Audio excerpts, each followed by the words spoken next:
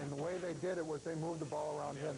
And that's what you got to do. First AB, Jason Bray threw him outside. And perfect placement. That's just good defense right there. Albert Bell was right there. Now this pitch is a good pitch.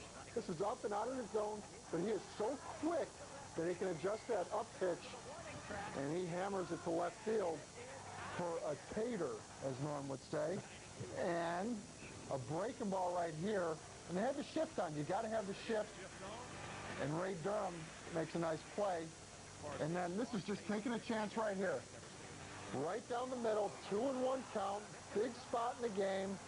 But sometimes Mac misses them, and you got a big out right there. So I think that was the key to your game, that last out against Mac. You know.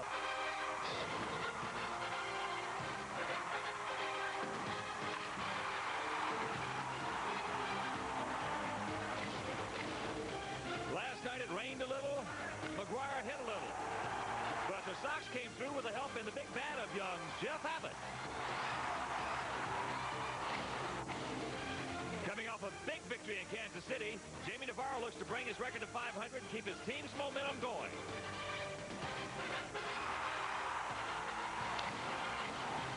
It's the middle of a three-game set. The Sox and the St. Louis Cardinals next.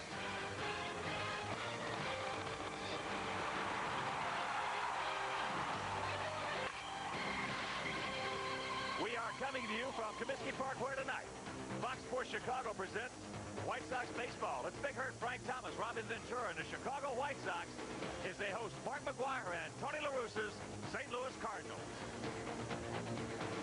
And everybody, and welcome to beautiful Comiskey Park. With Tom Majorik, I'm Ken Harrelson. We get set to bring you game 2 of this three-game set. As you know, last night it was a fun game to watch. Sox won at 8-6. And tonight, Wimpy, Jaime Navarro coming off that big victory in Kansas City, obviously because of the comments he had made against Juan Acevedo. All right. Jaime Navarro had his best game of the season, his last outing, Hawk. He really shut down the Kansas City Royals, had that complete game victory. He's going after number 6 tonight. But he's got a guy that you really don't know what's going to happen with Acevedo. He's got a fastball that's clocked between anywhere from 92 to 94 miles an hour. And he does have an assortment of breaking stuff, but if he doesn't throw strikes, he'll get into a count situation, 2-0, 3-1, and the White Sox hitters have got to take advantage of that. All right, sit back, relax, and wrap it down. Game 2 of this three-game set, and we'll be back with the rest of the starting lineups right after this. Fox Sports Chicago's coverage of Chicago White Sox baseball is brought to you in part by Southwest Airlines. With fares so low, you have the freedom to go places. Heineken, brewed true since 1886. Seek the truth. The new Dodge. From cars to minivans to trucks, it's about change. The new Dodge. Discover Card. It pays to discover. Accept it where you see the Nova sign. And by ComEd, the official energy company of the Chicago White Sox, providing power to Northern Illinois customers for over 100 years. Get it? Good evening and welcome back to Comiskey Park in Chicago. The second game of the three-game series between the White Sox and the St. Louis Cardinals. Sox were winners last night. Interleague play. It's fun as you look at the skipper, Tony La Russa. He's beleaguered right now because of his pitching staff. A lot of injuries. He is forced for the second consecutive night to start a guy whom he would much rather see coming out of the bullpen. Juan Acevedo does have a good arm, though, and he throws the ball over 90 miles an hour. But here is Tony's lineup for this evening. Leading off and DHing, me and Willie McGee. He can hit. Batting second at second base, Delino DeShields. Mark McGuire is at first. What new? He hasn't done much against Navarro, as you can see, but the cleanup man is Ray Lankford. Brian Jordan, who homered last night, is the right fielder in the 5th spot, followed by John Mabry in left. Gary Gaetti, the veteran, is at third base in the 7th position. Hitting 8th behind the plate, Tom Lampkin. And bringing up the rear at shortstop, former Kansas City infielder David Howard. And on the mound for the Sox is 30-year-old right-hander Jaime Navarro. Jaime, 6'4", 230-pounder, is 5-6 on the year with a 5.62 ERA and 13 starts. 95 hits and 75 1/3. He has walked 31 while striking out the same number. Defensively, the Sox line up with Albert Bell in left. Mike Cameron is in center with Jeff Abbott stationed in right. Robin Ventura returns to third base. Mike Caruso is the shortstop. Ray Durham at second. And Greg Norton gets another start at first base with Frank Thomas doing the DHing. Chad Kruder's behind the plate tonight. And Jaime Navarro on the hill. Weather in Chicago, 63 degrees, perfect. Humidity 97%. Winds out of the southeast, that's good at only 6 miles per hour. And the showers are ending. Woohoo! It was raining hard out here this afternoon, but thank goodness we're going to get this thing in. The umpires, our friends in blue, Dale Scott at home plate. Ed Hickox at first, Rocky Rowe is at second base, and our good buddy, Durwood Merrill, is at third. Jaime in his last start was very good. He beat the Royals, gave up just 1 run in that complete game victory. 8 hits allowed. He walked 2 while striking out 1.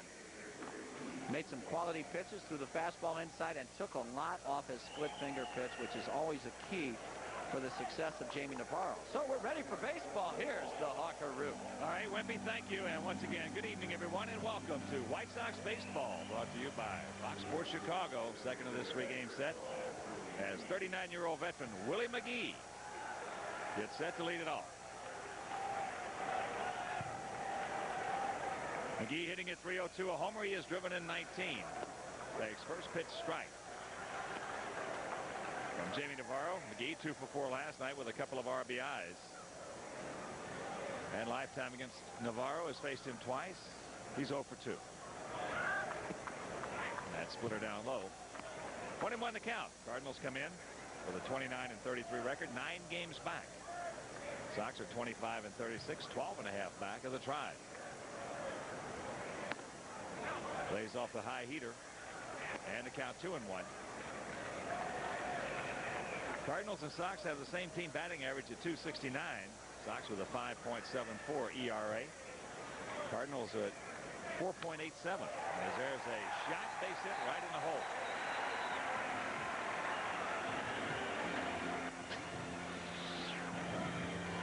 So good speed aboard. Well, you just never know where Willie McGee's going to hit the ball, but he likes it away. And that just gives him an opportunity to use that good inside-out swing that he has and hit the ball hard to left field, which he does right there.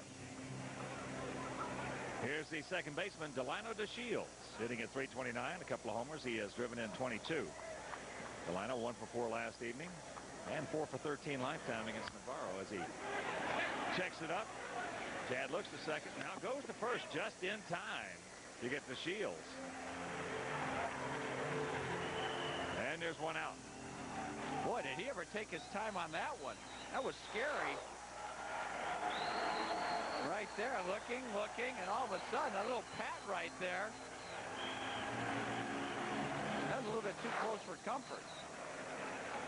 So a nice round of applause for Mark McGwire. Big man hitting at 323, 29 homers, 73 knocked in.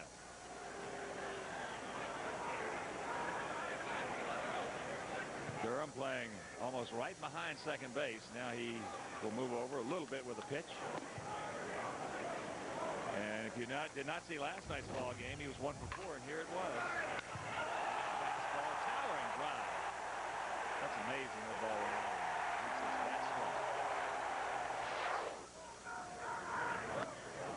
Breaking pitch. McGwire has had a tough time against Navarro on 22 at-bats, has 5 hits. 3 of them have stayed in the ballpark.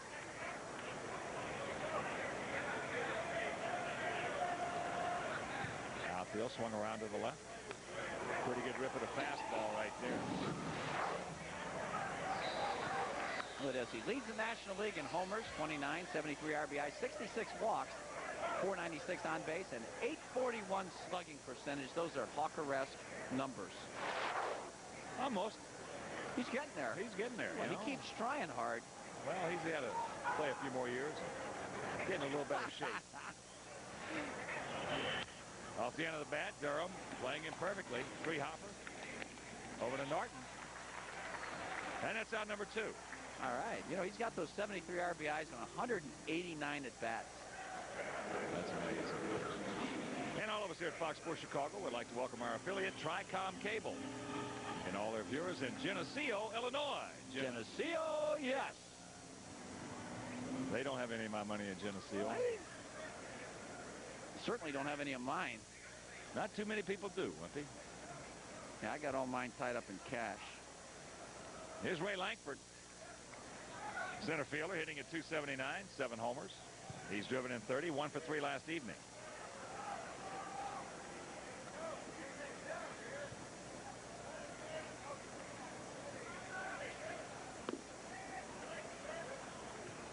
Takes ball 1.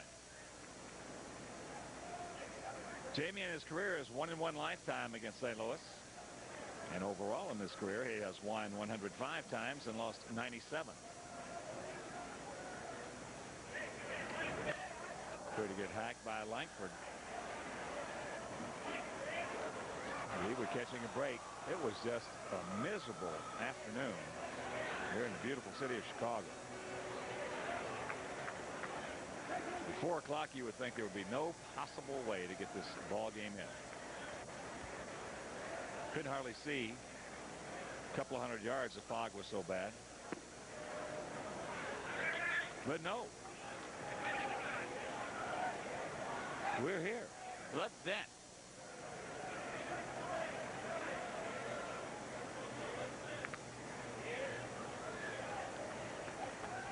Big gap in right center field.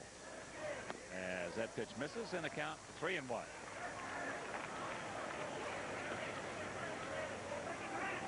Brian Jordan, the on-deck hitter. His numbers are big, and he has hit Navarro harder. Langford's just 1 for 9, so this is a guy you want to try to get right here, Jamie. He does try to get him, fouls it off, and the count goes full. 347 down the lines, 375 in the gaps, 400 straight away center field. Tony La Russa, we mentioned, last couple of years has had some huge injuries. Big time. Oh, he really has. Fouls that one off the face mask. Well, you look at their pitching staff. I mean, you know, the guys that they've lost are, you know, the people that they were really counting on. You know, Alan Bennis. Of course, Andy Bennis went to the Diamondbacks. And Morris, the guy we saw last year, very impressive young right-hander. Matt Morris, you better believe it. That's way up high, ball 4. So runners at the corners, 2 out. And here comes Brian Jordan. Jordan. The dribble starts to fall, hitting at 348. 10 homers. 38 knocked in. We mentioned 3 for 9 lifetime against Navarro. And last night, Jordan was 1 for 4. He cranked out a homer right over the center field fence. And you could see the way Brian Jordan swings the bat. He wants that ball out over the plate. The homer was out over the plate. He just missed another one, a breaking ball. Same spot. You got to crowd him with the fastball. There's a good slider. Whew, here it is. Watch that pitch. Oh, he's strong. Oh, short, quick swing. Put it on the board. Yeah. He's one of those guys that you make a mistake out over the plate, and you're really going to pay for it. There goes Langford. Fake throw by Kruder. So Langford now 4 for 7 in stolen bases.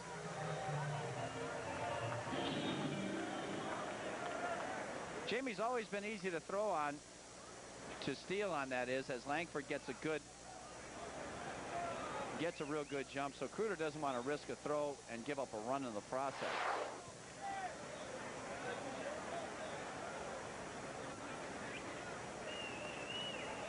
One and one to count with 2 out here in the top of the first. No score if you're just tuning in.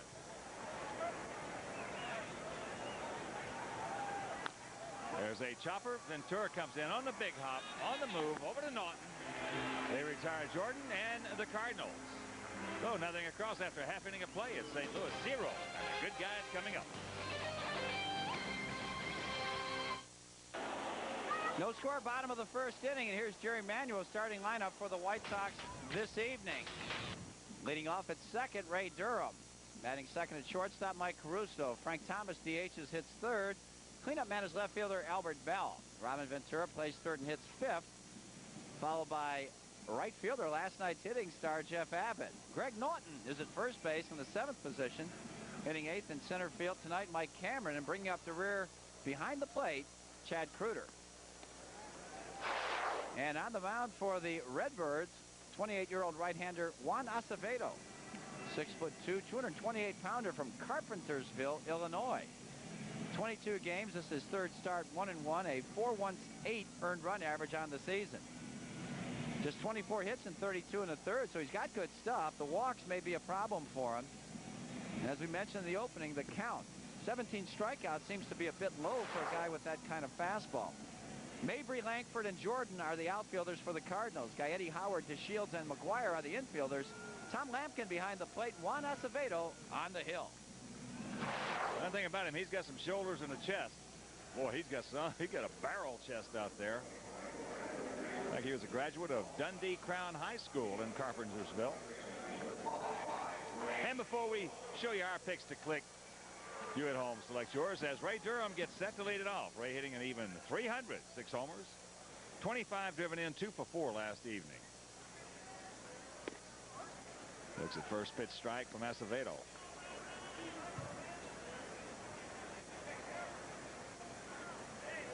Last appearance was 3 innings. A little ouchy in that one, so he left after 3. That's crisp fastball right there.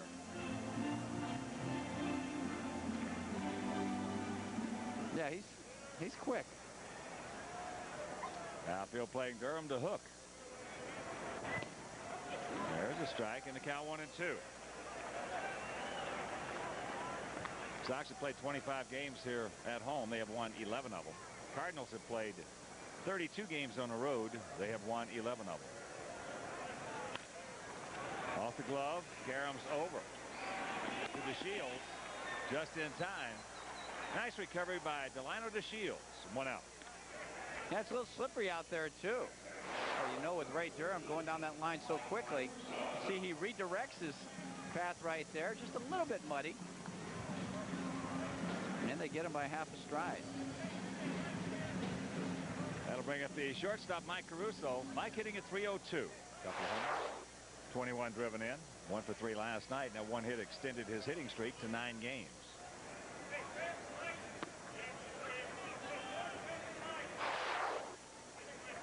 See, Mike, that's good. Last 9 games, .432 average, 6 RBIs, and 4 runs scored. He's in good shape at 2-0, and Whippy told you in the opening.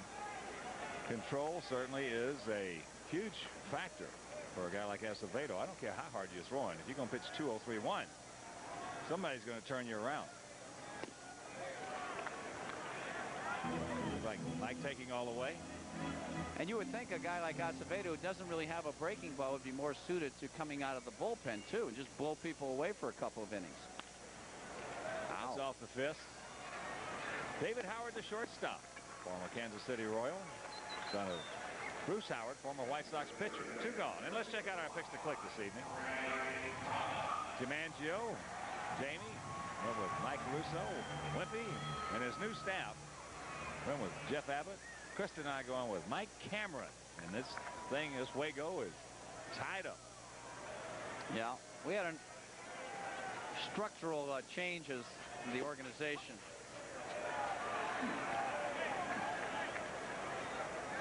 That's the respiratory system in the old sphincter as well. I'm choking like a rat. You are. I mean, there's no question about it. But you know, hey, a move had to be made, you know. You made it. Actually, you know, resignation was the term I used to describe it. Frank fouls that fastball, so the count hangs at 0-2. Frank 0 for 1 last night.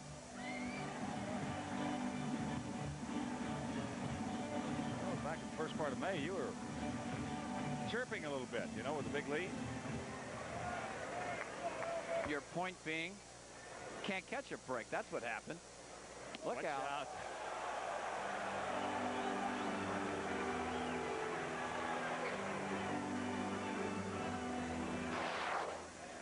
Whoops. 95 up and in. That's not fun. Now that is up and in. Gonna go away this time. Breaking ball hangs it high. So Tommy Lampkin trying to settle him down just a little bit, and a 2-2 count.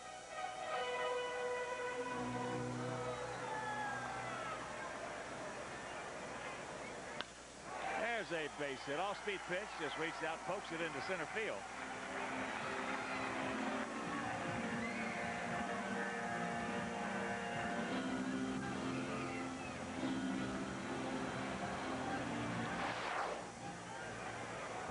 Well, maybe that up and in fastball will be a little bit of a wake-up call for Frank. Frank plays better, hits better when he's angry. He sure does. There's no question about it. I told you for a while, obviously I don't want to see him get hit, but I like it when guys come up and in. Oh, Frank, he seems to respond. Yeah. Here's Albert. Albert hitting at 280, 13 long ones, 46 knocked in.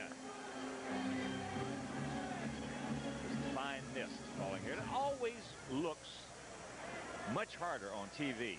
Right. Than it is in person.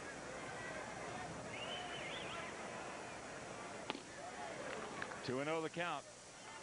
Albert in good shape.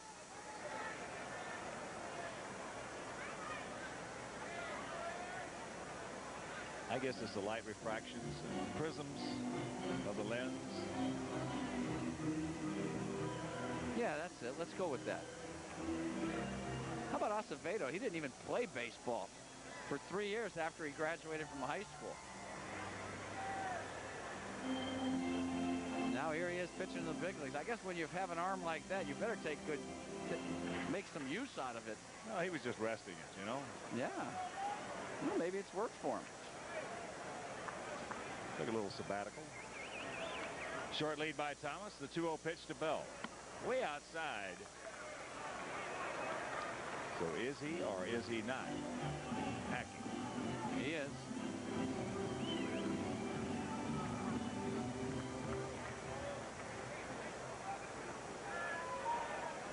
Lampton trying to direct traffic. Say anywhere in this vicinity right here. Yeah. As that's ball 4. So the 2-out single by Thomas. The walk to Bell, and here comes Ventura. Well, that's true. You know, a guy throws 95 miles an hour. You just put that target over the middle of the plate. Chances are he's not going to hit it anyway, especially if you got control problems. These guys can't be too fine.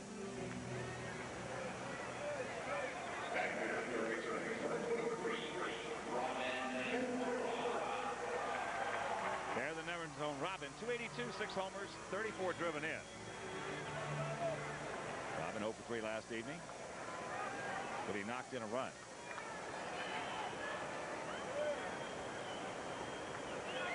Outfield just about straight up for Ventura. He took a lot off that hook, drops it over, and grabs the strike. See, now if he can do that,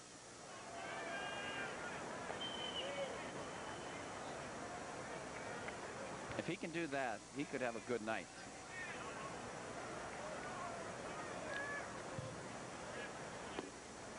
Robin looks at that pitch nicely down low to even the count at 1.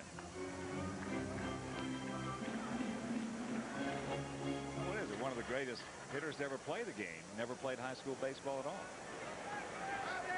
And who was that? Rod Carew. Gee.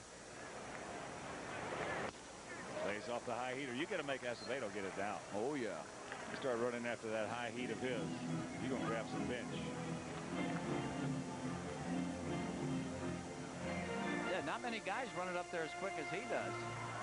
A 95-mile-an-hour fastball. Well, what you mentioned earlier, it appears, you know, this is the first time we've seen Acevedo, but it certainly appears that he is the guy that definitely you'd want out in that bullpen. Come in for an inning and 2 and just blow some guys away. But when you have the injuries that the Cardinals have suffered, you're not afforded that luxury. Yeah.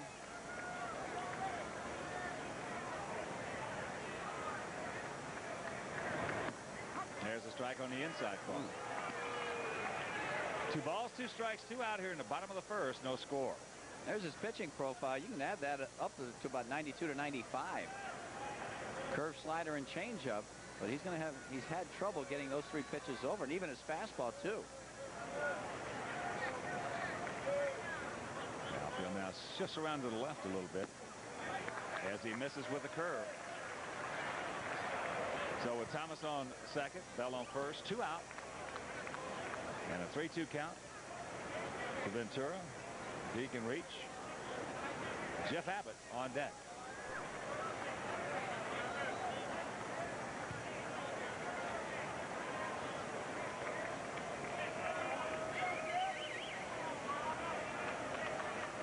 Him around 23.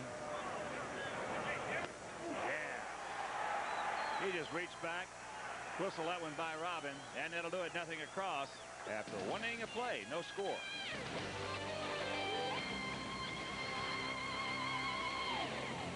Are moving in order to prepare for even more exclusive digital cable channels and the fastest cable. No score, top of the second inning. For the Cardinals, it'll be Mabry, Gaetti, and Tom Lampkin. Mabry 1 for 4 last night. There it was.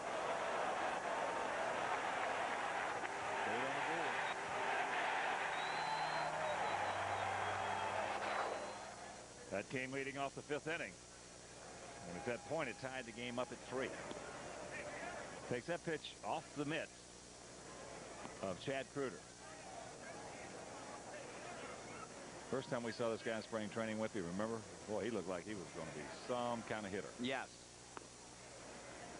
He still could be. He's young enough.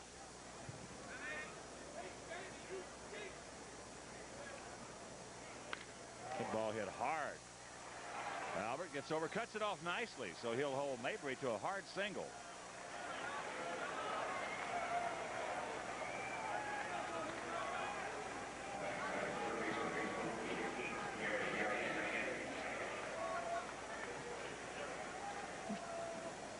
And that'll bring up the 39-year-old veteran Gary Gaetti. There his numbers: 266, 6 homers, 24 knocked in, 0 for 4 last night.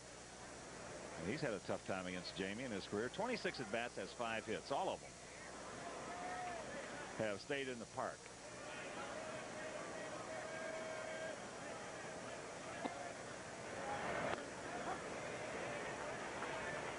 Take strike 1. Other action around Major League Baseball, so shows the Cubs at Minnesota, Pittsburgh at Cleveland. Tigers are hosting the Astros, Milwaukee at Kansas City, and Anaheim at Arizona. 0-2 the count. Other action, Cincinnati at San Diego. The Yankees at Montreal. Blue Jays are taking on the Fighting Fish down in Florida. Baltimore at Philadelphia. Boston at Atlanta. Mets are hosting Tampa Bay. Texas at Colorado. And the Athletics against the Dodgers. Russo very quickly, one motion over to Naughton. And that's out number 1. And you can relive Beatles excitement when the Fab Four host your Fab Friday at Comiskey Park on June 26th. Well, it's not actually John, Paul, George, and Ringo. You will be treated to an evening with American English, the ultimate Beatles impersonators. Sox take on the Brewers at 7:05 for a bloody good time. Call 312-8311-SOX. Go ahead. Talk. You want another gin and tonic? No. Here's Tom Lampkin. 231, 4 homers, 17 driven in. Shot back through the middle into center field. So Mabry will score, and it's a 1-0 Cardinal lead.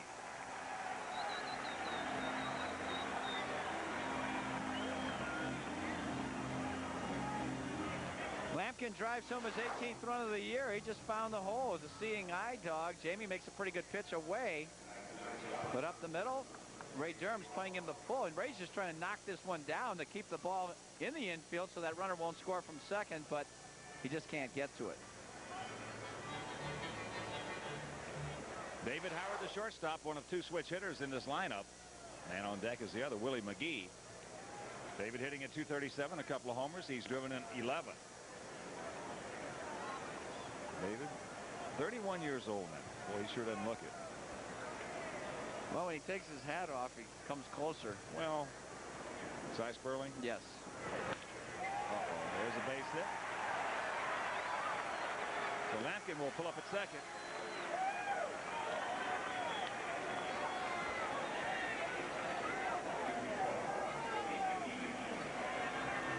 And here comes Willie McGee.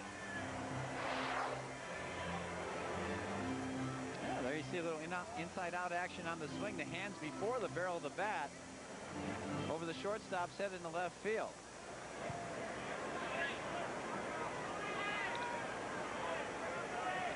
Willie just shot a single between Ventura and Caruso. They crushed it.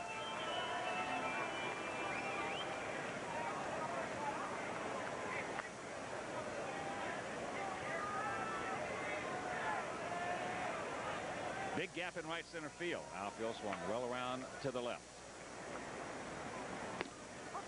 This good fastball strike.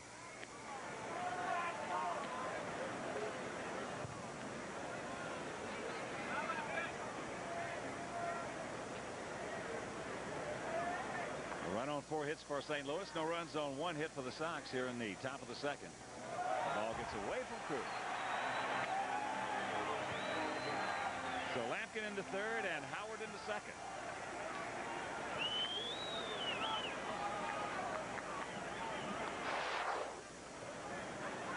Splitter. And Kruger can't move over to his right quick enough to get in front of this thing. He kind of really, actually, if you want to consider that a bad jump from the catcher. Really had some late movement right there. And back to the screen.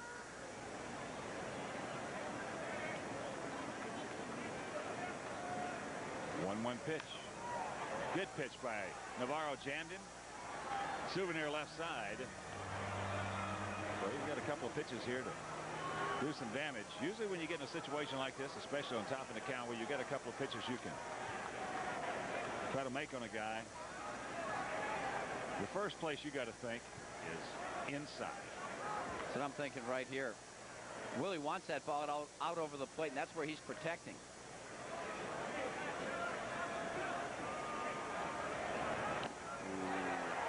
Got it up out of the plate, but he couldn't get it, and a big strikeout for Navarro.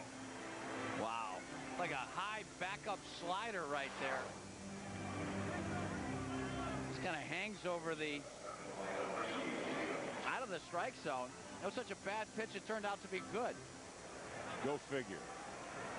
Unbelievable. Delino DeShields. Check swing. Tapper. Oh, man. Look at this. Duck snort. Lampkin scores. Howard scores, and it's 3-0 Cardinal.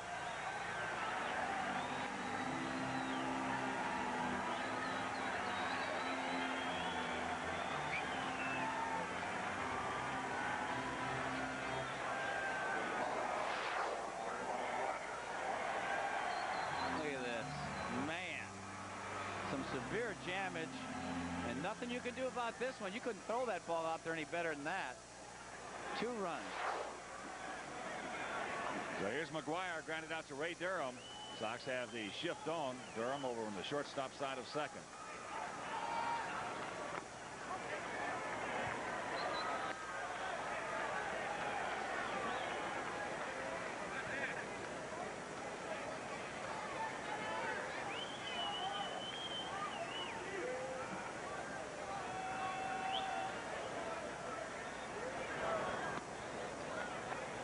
One to count.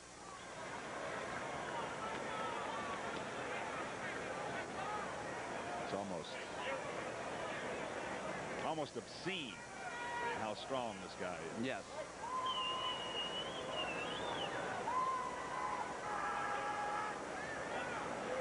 That exhibition he put on in batting practice yesterday was quite a show. And you know the thing about it is that this afternoon at 12 o'clock, when we saw the clouds still hanging around, I was talking with my daughter.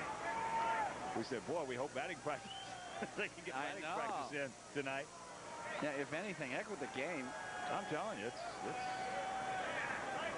just a real joy to watch this kind of power.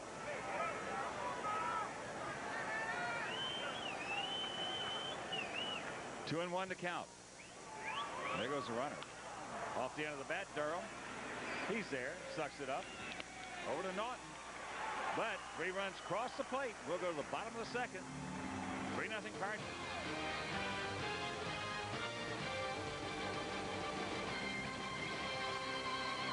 Southwest. 3-0 Cardinals, bottom of the second inning.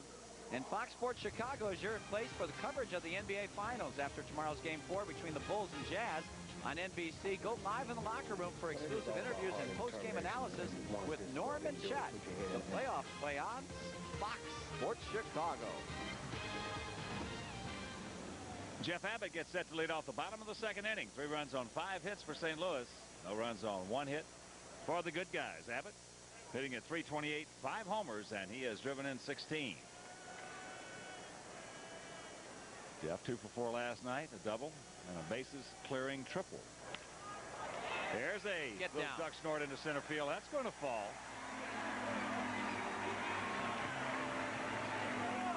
Take that, ball. 93-mile-an-hour fastball, a little bit in. Good hitters get jammed. That gum right. That young man's a good hitter. Yeah. Here's Naughton. Naughton at .247, 3 homers. 0 for 4 last evening, but he hit a couple of rockets. He had one to Mark McGuire, who made a beautiful play on him. He hit a line drive right at the third baseman, Gary Gaetti.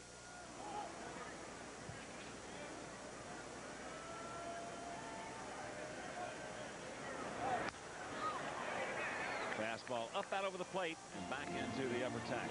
Whoops, out of the upper tank. He fanned, and a nice catch.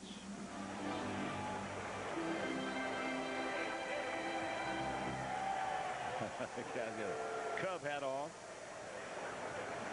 giving him a Bronx cheer.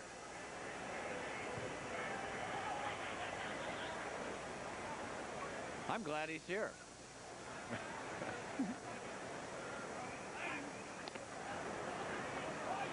Cubs be trying for their 11th in a row tonight. San Diego. Check them, Minnesota.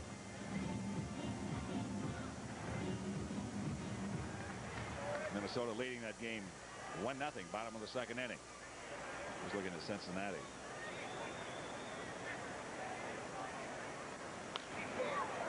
Pretty good hack by Naughton. Meanwhile, the count 0-2.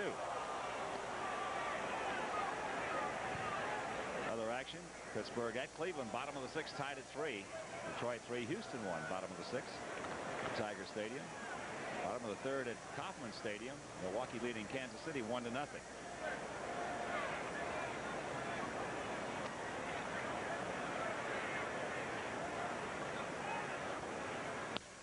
Ball hit the Gaetti. Perfect one-hopper.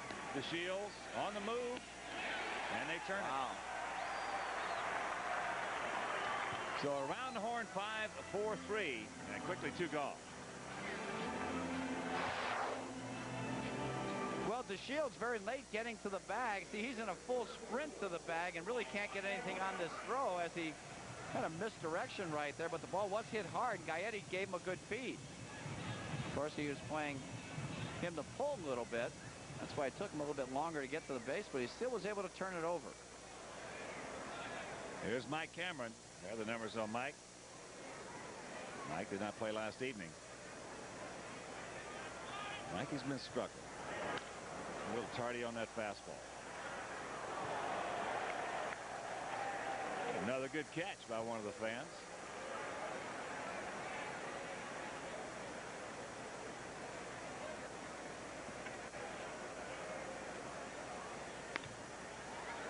Flips that one, and it's going foul. Well, when you're in a slump like Mike's been in, you become very defensive.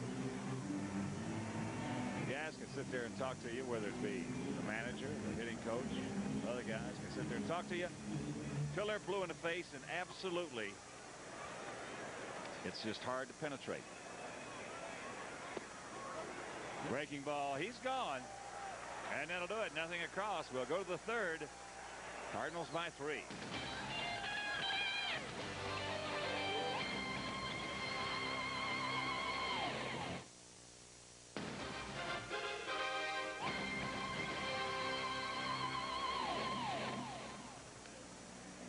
3-0 bad guys here in the top of the third. And let's take another. When you're in a slump, this is also what happens to you. You get a couple of good pitches to hit. You're late. You foul them off, and you get 0-2. And somebody drops a perfect curveball right over the outside corner to knees. And you're not going to do anything with that one when you're going good. Not much, no. Ray Langford will lead it off. Langford, Jordan, and Mabry.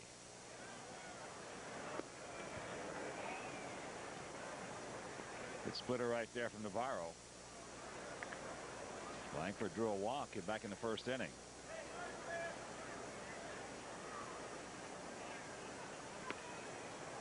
.58-footer scooped up by Kruder.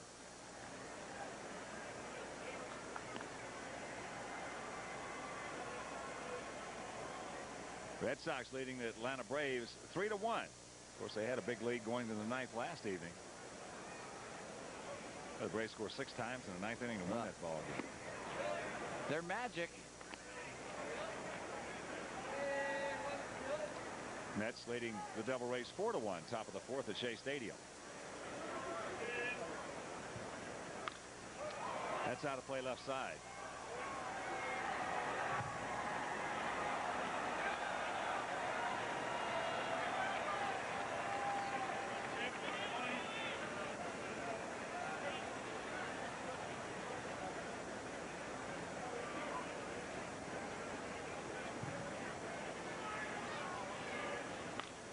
Jammed him. Nice pitch by Navarro. Durham, and 1 out. And Sox fans, you can celebrate Father's Day at Comiskey Park on Sunday, June 21st, when the Sox take on the A's at 1:05. Be one of the first 2,500 fans to enter Gate 1 with a Fuji-color quick snap camera, and you'll get to participate in an on-field photo session with your favorite White Sox players and coaches. Stop by any Chicago and Walgreens for details and for tickets. Call 312-8311-SOX. Brian Jordan grounded out to Ventura. Right at Abbott. Lighting those lights. Makes the catch. 2 gone. A little foggy out here right now as Jeff, he had some trouble there. That ball was hit hard. That'll bring up the left fielder, John Mabry. Started off that 3-run second, I should say, with a solid single to left.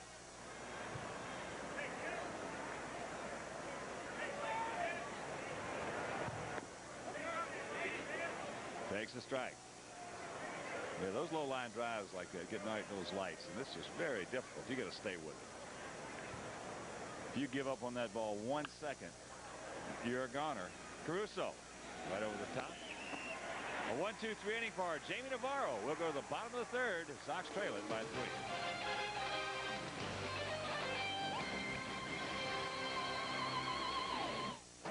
And a reminder, our next game coming your way on Fox Sports Chicago will be tomorrow night, finale of this 3-game set with St. Louis and this brief 3-game homestand. It'll be the game move at 6:30, followed by the Sox and the Cardinals at 7.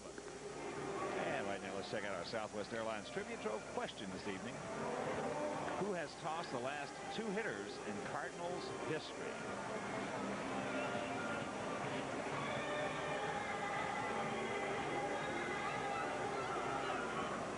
Bob Forsch.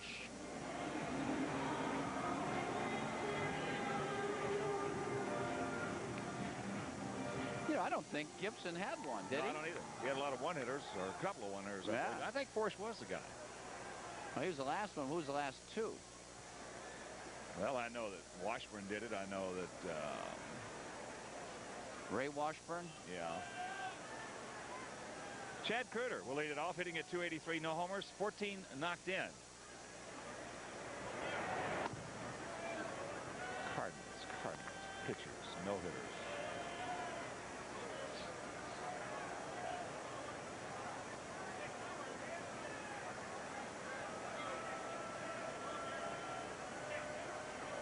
Juan Acevedo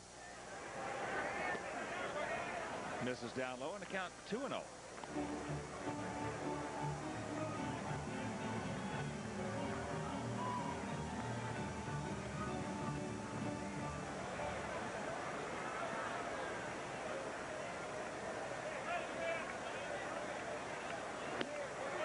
Good eye.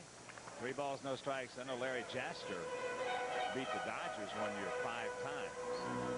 But I don't think he threw a no-hitter. I don't think so either, no.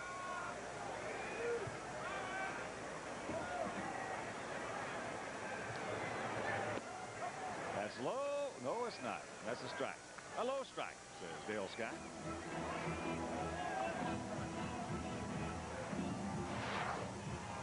And supervision will show it's 93 miles an hour right at the knees.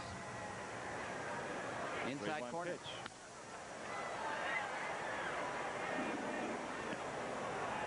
So a full count to Cruder. That's a pretty good question. Cardinals has a rich tradition.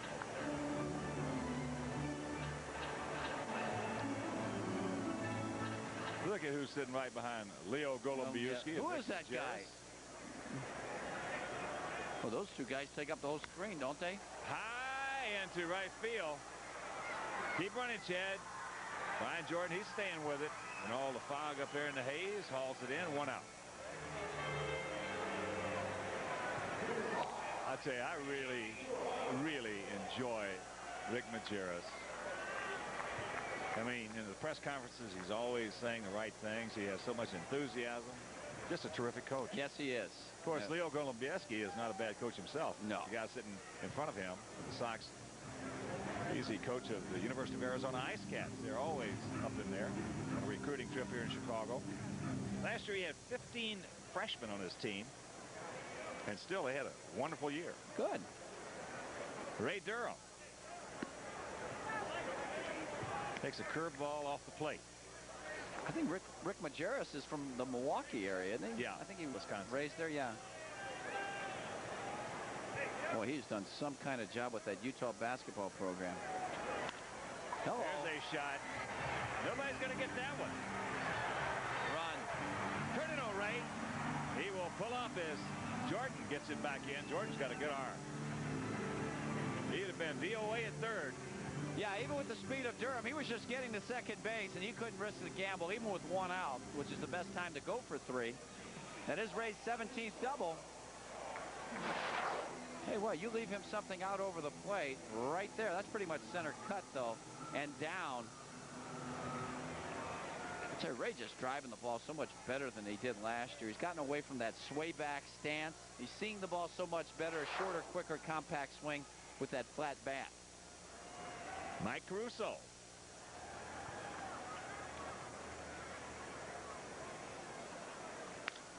Look at this. Get over his head. The Shields cannot make the play. Everybody's going to be safe. There's a Doc Edwards. 1 out, runners at the corner. I'll tell you what, that's got my vote as the cheapest hit of the year. There's a line drive that would no way have made it to the outfield grass. Look at this.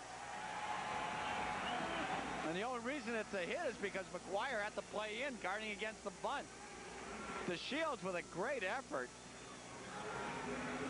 We're going to make it unanimous on that. That is the duck snort thus far of 1998. And we've seen a lot of them. That ball had no chance of getting to the outfield. That ball might have sucked all the way back to first. It could have been, yeah. Oh, wow. Big Frank, he ripped the single. And the center field. 3-5-0 for St. Louis. 0-4-0 for the Sox.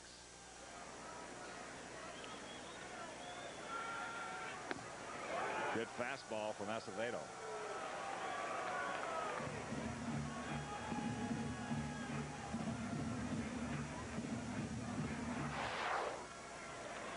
Acevedo up and away at 94 miles an hour.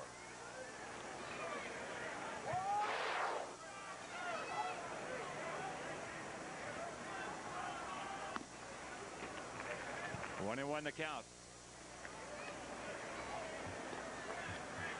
Langford shading him over towards Brian Jordan in right field. Nice gap in left center. And outstanding speed on the pass. Durham at third, Caruso at first.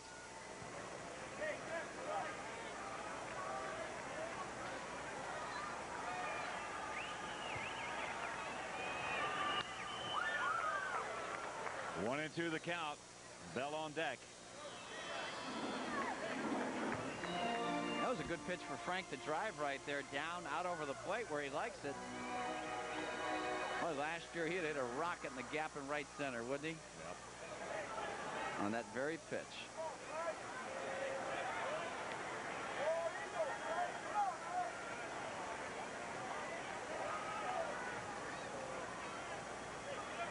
Lampkin to the outside.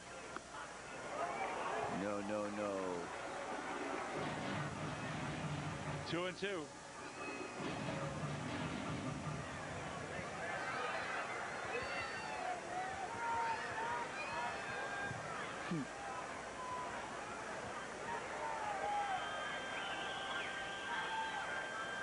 Good lead by Caruso.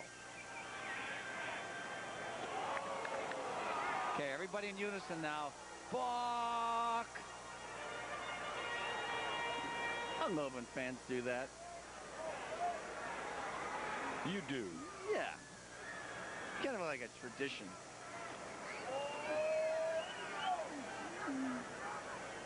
Two-two pitch. Oh. High. Full count.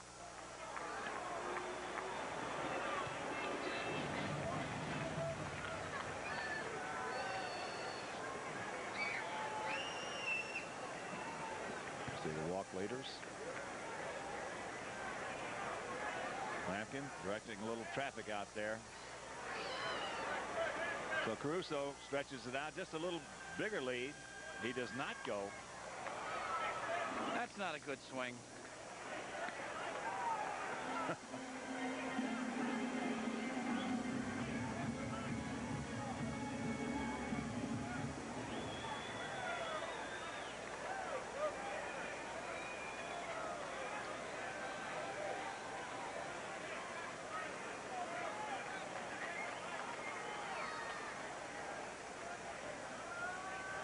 Caruso does not go this time. High pop-up right side. DeShields. Boy, Frank is livid. Slams that bat down. DeShields stays with it. Makes the catch. And that's out number 2. Yeah, that was a great pitch to hit right there. It was out over the plate, where he wants it. To right, that backside collapses once again. He dropped his back shoulder. Can't get the head of the bat out front. Pops it straight up in the air. Well, that one move just drops. Everything flies open. Bat speed is negated.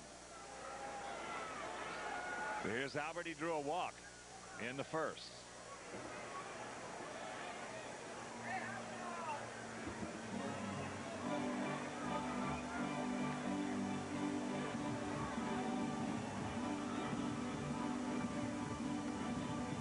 Come on, Albert.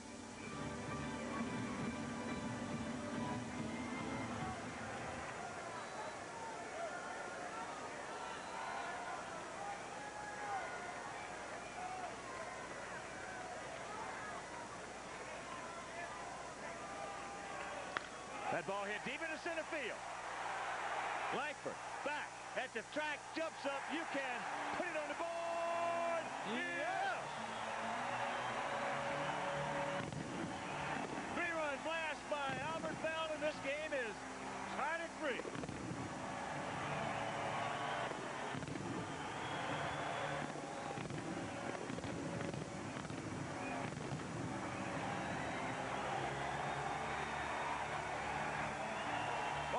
Creamed this one. Boy, ever since he's gotten close to the plate, and when he's thinking about hitting it up the middle, there's a fastball right on the outside corner, about 94 miles an hour. And look at this, he stays close long enough to get the head of the bat on that one and rip it out of here to center field. And that home run replay brought to you by ComEd, the official energy company of the Sox, providing power to Northern Illinois customers for over 100 years.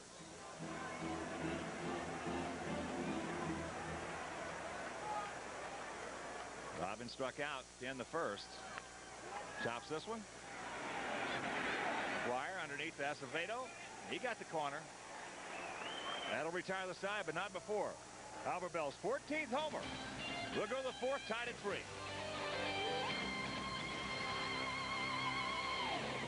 Fox Sports Chicago's Kids and Family Week, the second year they've done that. Chris, it's just great to have you here, hon. Thanks, Dad. It's great to be here sharing the booth with you for once. I'm feeling bad for Wimpy that he's got kicked out. Don't worry about Wimpy. He's been booted out of a lot of places. But in this, what we're going to do for the half inning is my daughter just graduated from Florida State. And you're with a college graduate without a job. What are you going to do all summer? Dad, absolutely nothing. I'm going to come to the ballpark like I've been doing and just hang out with you and my family. Well, you've been around Major League Baseball your entire life and around the White Sox organization for 14 years. And what we're going to do this inning is get some of your opinions and some of your perceptions on what's going on with the Sox and what's going on with baseball. And right off the bat, my first question would be, you know, last weekend at Wrigley Field, Sox had a tough time, but interleague play, how do you feel about interleague play? I love interleague play. I think it's great for baseball, and it fuels those inner-city rivalries, especially here in Chicago. You know, last year's Cubs series, where we lost the first one, took the next two, was some of the most exciting baseball I've seen as a White Sox fan.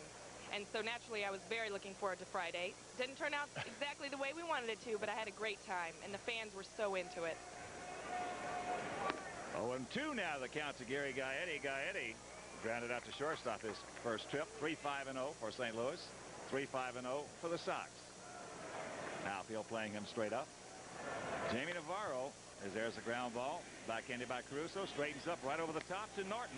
And that's out number 1.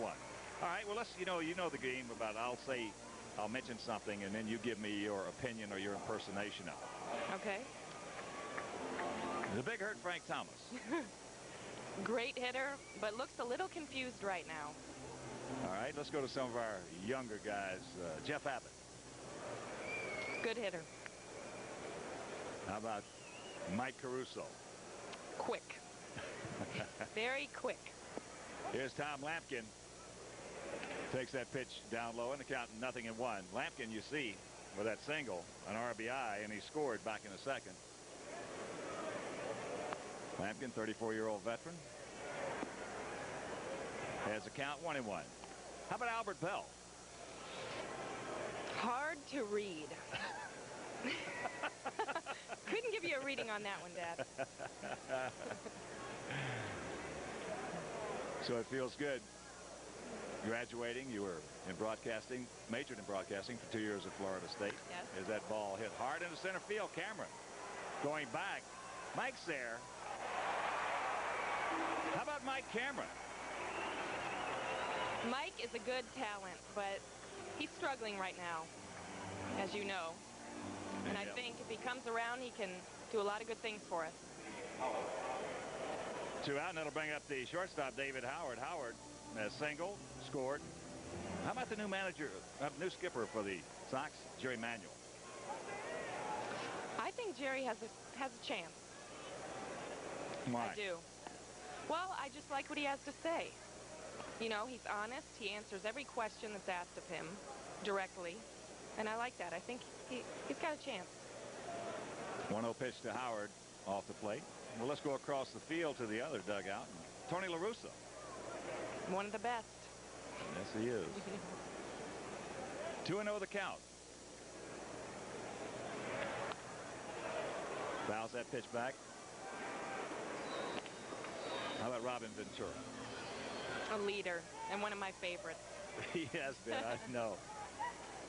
Well, as we say, we've been here around White Sox baseball since 1982, with the exception of a couple of years. Is that up high in the count 2-2? Do you think the Sox can catch Cleveland this year?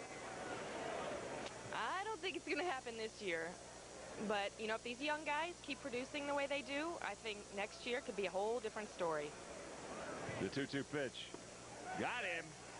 So 1-2-3 inning for Jaime Navarro. That was a fast inning. Wants you to stay here with us for a while, Krista. All right. We'll go to the bottom of the 4th, still tied at 3.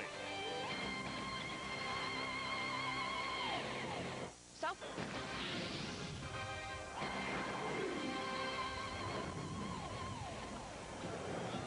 It's the bottom of the 4th inning. Totals on the board are identical at 3-5-0. And joining me in the booth, as we have just booted Wimperoo out of here, is my daughter Krista, who just graduated from Florida State. And She tells me and her mom that she's just going to take the summer off. What, are you going to travel a little bit? Yeah, travel a little bit, come out to the park, and just stay unemployed as long as I can. Thanks. Jeff Abbott will lead it off. Abbott singles as he takes a strike. You mentioned, when I mentioned Abbott's name, you said good hitter. This young man, you know, has hit 340 everywhere he's ever been. And I'm with you. I think he's going to do the same thing at the big league level. He just has to get the opportunity. Let me ask you, talking about hitting, I was watching you yesterday when Mark McGwire came out. If I say Mark McGwire, what's the first thing that comes into your mind? House. Strength. He is just really amazing to watch. You know, I've never come to the ballpark when left field has been packed 2 hours before the game. Right. It's just so exciting to see that. Well, in your classes at Florida State, did you guys ever, I know you had one sports class, as there's a foul ball back. And did y'all ever talk about Mark McGwire or some of the big hitters, Ken Griffey Jr. and these guys? Oh, yeah. You know, I'd walk into class and guys would be talking, did you see Big Mac's home run last night? Did you see Junior, what he did? You know, we just talk about what a great impact they've had on the game and how, you know, they really can bridge the gap between generations. You know, because we talk about it in my class with our teachers, and, you know, I talk about it with you. Kids talk about it with their parents, and I think they're just tremendous for baseball. Good fastball right there from Juan Acevedo as Abbott strikes out, and that'll bring up Greg Norton. Norton hit the ball hard, but unfortunately right to Gary Gaetti, who went around the horn for a 5-4-3 double play. Well, let me ask you a question. Did y'all ever talk about the marketing aspects of sports in college? How do you think baseball markets their product? I think baseball, out of the major sports, I don't think they do as well as, say, the NBA, for instance. You know, you and I were watching the finals the other night, and we saw some of the commercials, and we commented on how great they were. You know, with that I Love This Game campaign, and those commercials just really get you. You know, and if baseball had something like that, I think it would just help. I agree. I think that baseball has done overall a very poor job in marketing their part and their players as that pitch up high in the count 2-1. Well, I know that just from talking to you and talking to some other college students, I get a lot of email, a lot of letters from students around the country that this is getting to be something that's really in depth at the college level. Sports marketing. Yeah, we've talked about that for, you know, a week. We'd stay on that topic. And it was just amazing how so many young kids, people my age, had ideas about it. 2 balls, 2 strikes here in the bottom of the 4th inning. Right-hander Juan Acevedo out of Carpentersville, Illinois. It's just a shame that, you know, fans like you and I who really love the game can't get that message across like the NBA does. Because if they could, it'd really help baseball. What about Junior? Is he one of the favorites of the college crowd? Oh, yeah. How about the Big Hurt? Yeah, Frank, too. They love to watch him play. Breaking ball high, and the count goes full.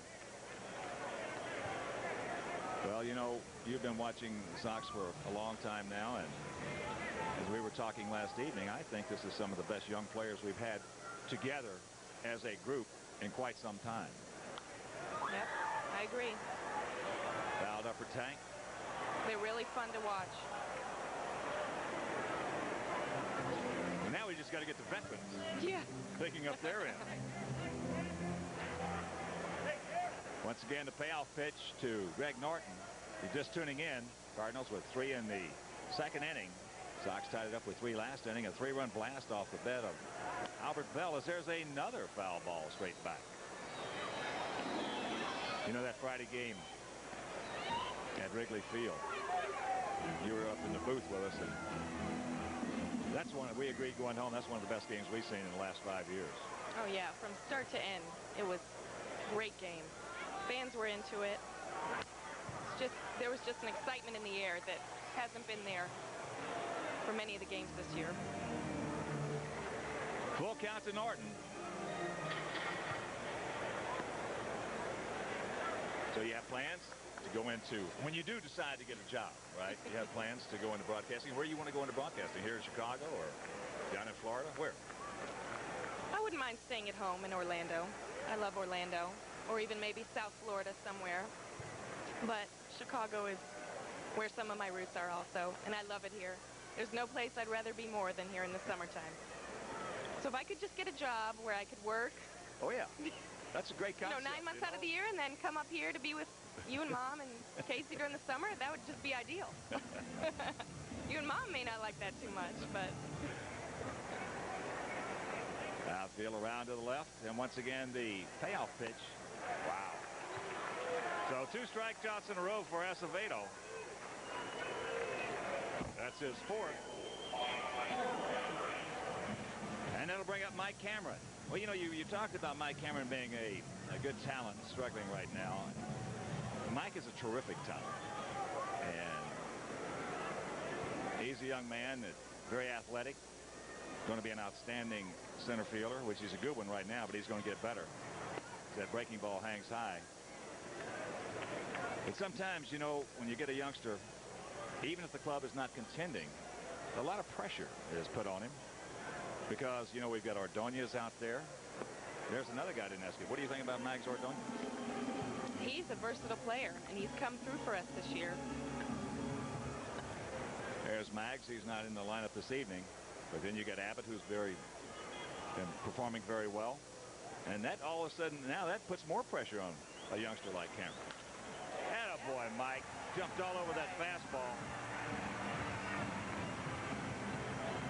I told you he was going to come out of it tonight. Well, you're the one that picked him for our pick to click. So good speed. Get a good jump and go. That's one of the things that I enjoy watching these young kids too. When you're talking about Durham, you're talking about Caruso, you're talking about Cameron. Well, when they get on the base paths, it puts a little different light slant on things than we've had. Oh, yeah. I love to watch them get out, especially Mike and Ray. They're fun to watch on those base paths. So here's Chad. Chad flies to right field. Still got that big gap in right center field. Cameron inching off, has right now just a decent lead.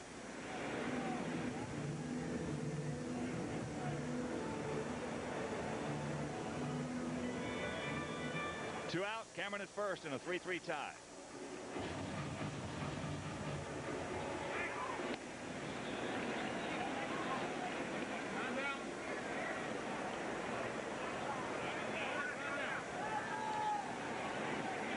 Cameron will call timeout, take some of that mud out of his cleats. Second of this 3-game set, Jim Parquet. There's another good-looking youngster we got, the little left-hander. Been wild in 2 of his 3 starts, but he has good stuff. How's that for pressure? His first start against the Yankees. Yeah. Oh, way over. Lampkin's hit. So on the very wild pitch by Juan Acevedo, Cameron moves into second.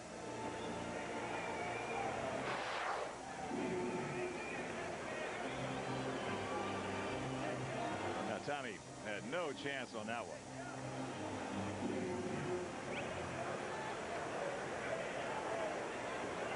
So 1-0 the count.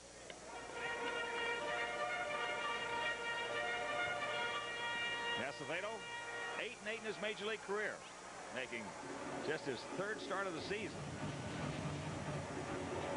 And you know what we got to do while you're here too is very quickly wish Susan Evans a very happy birthday. A big White Sox hello and happy birthday. Happy birthday, Susie.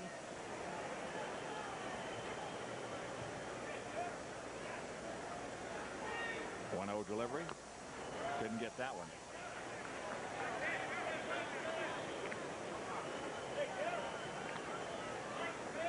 A ball, a strike, 2 out.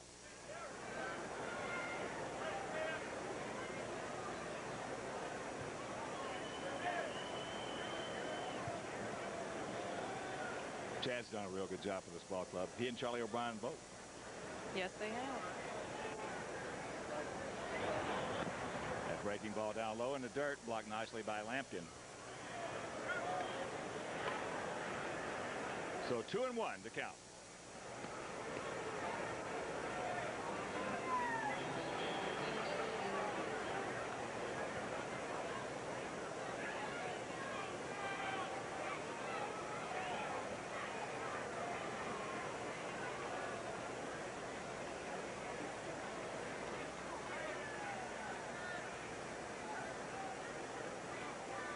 Lampkin with a sign. Cameron a pretty good lead at second. As that pitch down low. Well, I mentioned, and going back to some of the word association, how about Lou Piniella? You've known Lou for a long time. What do you think about Lou? Great manager. I'm feeling bad for him right now, though. Struggling. Yeah, they are struggling out there.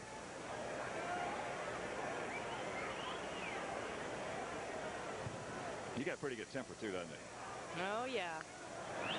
3-1. That's foul out of play left side. So a full count with 2 out. You know, one of the things I've always liked about watching Piniella manage a ball club is the fact that the players just absolutely love him. Players just love him. And usually when you get that, you're going to get, like Seattle, as you mentioned earlier, one of the favorite teams of the college crowd. As here's the payoff pitch. Stay fair. Stay fair. Slicing just foul. Oh, looked like just a couple of feet.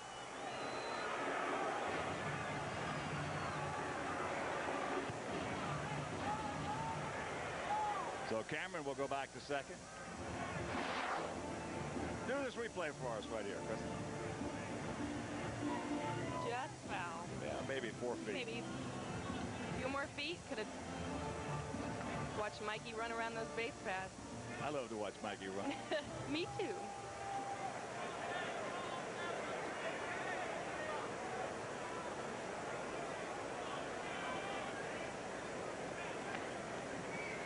Got some activity down that Cardinal pen. Lance Painter. You mentioned Acevedo making just his 3rd start this season. And this is 23rd appearance. That's fouled down. Got a piece of Lampkin. There you see the southpaw.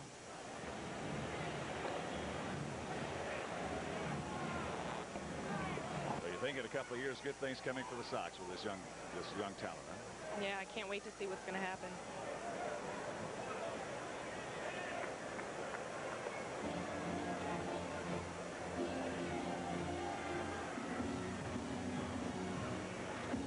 If you're just tuning in, it has been drizzling here at the ballpark. That's one reason that they have slowed it up a bit. A lot of mud in the cleats.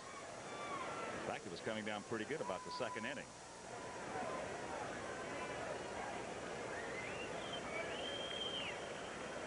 Once again, the 3-2, and there's a chopper comebacker. Good play by Acevedo. He will make it over to McGuire, and that'll retire the side, so nothing across. And Krista, thanks for doing this inning with me, honey. It has been my pleasure. Me too. Thanks. 3-3 tie.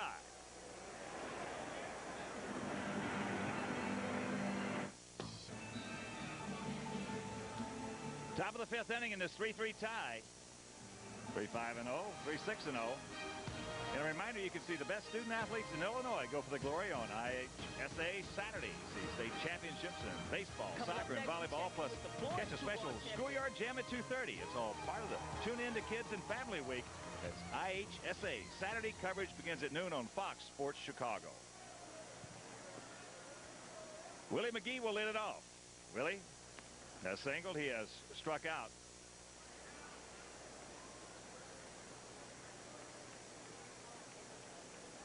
Jamie gave up those 3 runs in the 2nd inning.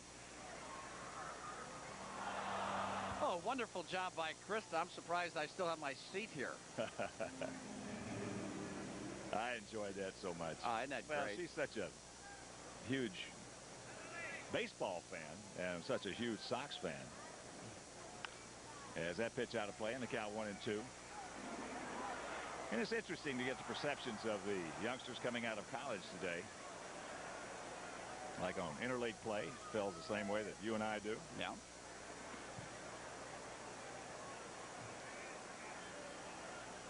The 1-2. Chopper right side, Durham. 2 Hopper. And the lead man gone.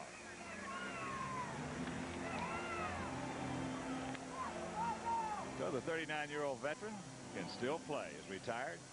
And here comes Delino DeShields.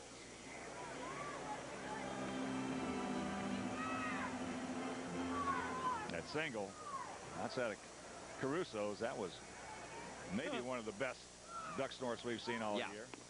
Takes that pitch up high.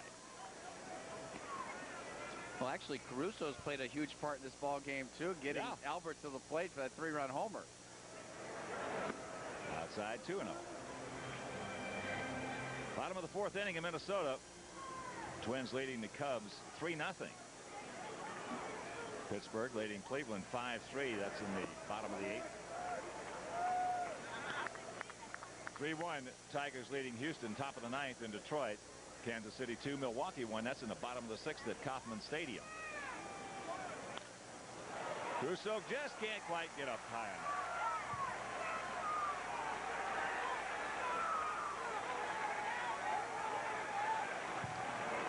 So the crowd starts to come alive with the big man, Mark McGwire, stepping in. Mark twice has grounded out to Durham at second.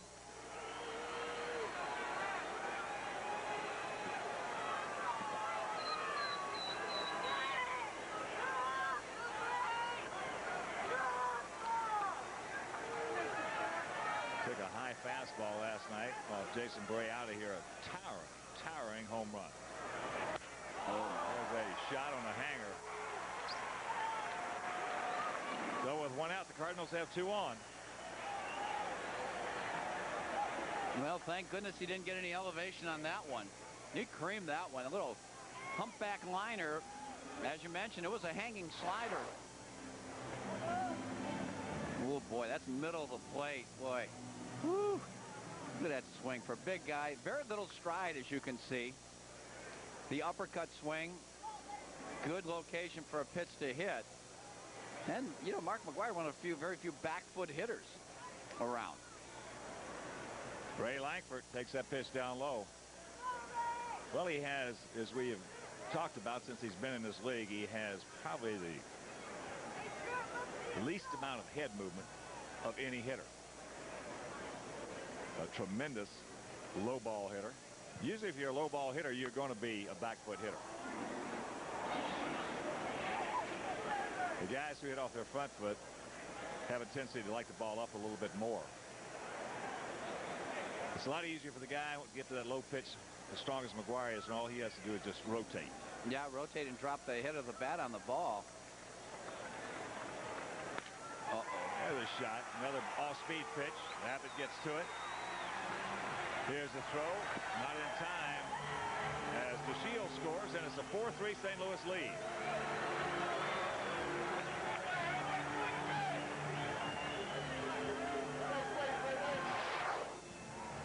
Three hits in a row. And the location is just right for Lankford. Out over the plate. Ball just kind of a spiral coming up there. He can hit that, that's for sure. Ray Lankford has been a very fine hitter for many years for the Cardinals.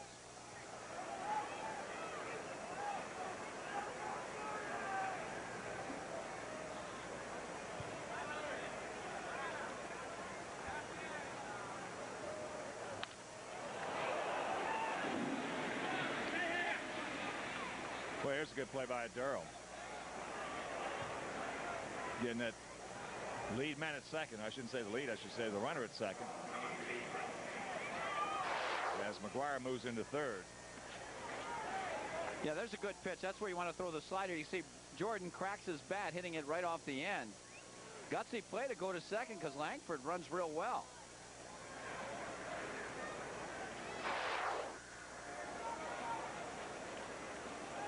John Mabry stands up. He has single scored and he has grounded to short. 4-8-0 for St. Louis. 3-6-0 for the Sox. Sox will conclude the series tomorrow night. Parquet against Kent Bottenfield. And it's off to Minnesota for a short 3-game road trip. Good fastball from Jamie. And Discover Card will donate $500 to the local chapter of the Make-A-Wish Foundation for every Grand Slam in today's ball game.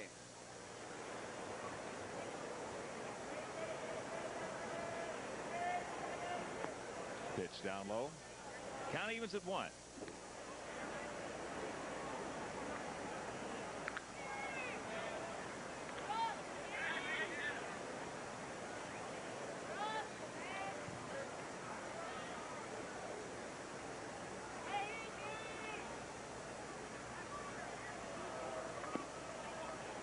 almost catches that inside corner. So Mabry in good shape. Hit an off-speed pitch last night from Jason. Cranked out his 4th homer.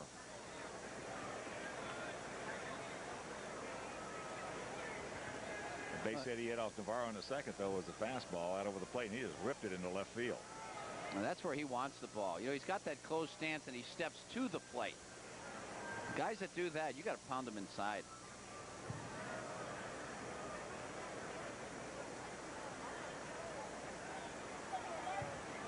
Shooter moves to the inside.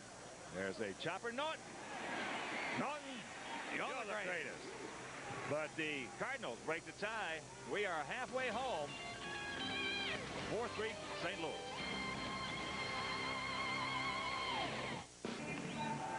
Here's our Fox game summary brought to you by Dodge.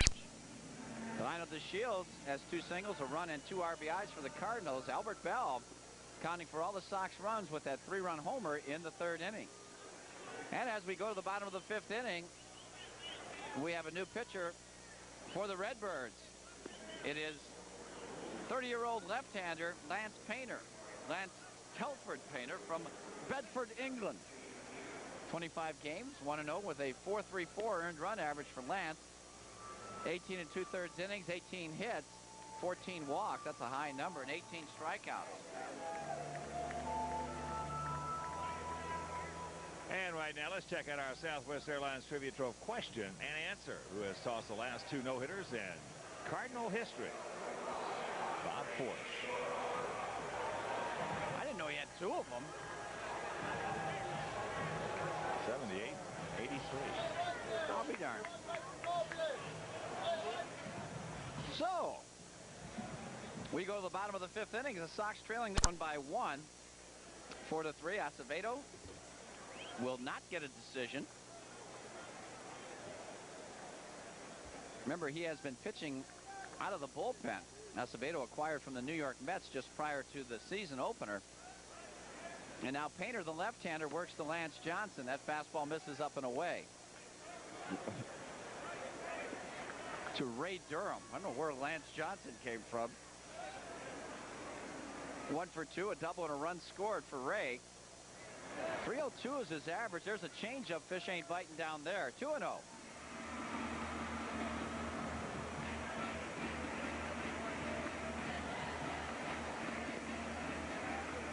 Yeah, Lance Johnson, Lance Painter, you know, they all kind of intermingle. Yeah, right. 2-0 pitch to Ray. Oh, he popped that one up. Get out of here. It will. Can somebody make the play? Doink. You got to bring your glove to the ballpark.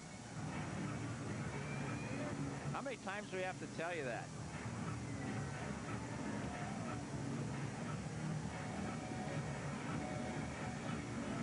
Oh, somebody's got to wind up with it. I should have made the play. So 2-1 on Durham. Ooh, painted him on the outside corner, Lance did. Ray hitting at 324 right-handed this year. Take a look. 92 miles an hour. Whoa. That was close. Curveball hit in the air left field. Should be easy for John Mabry. Puts it away, and there's one gone. Good pitch. He took a lot off that hook.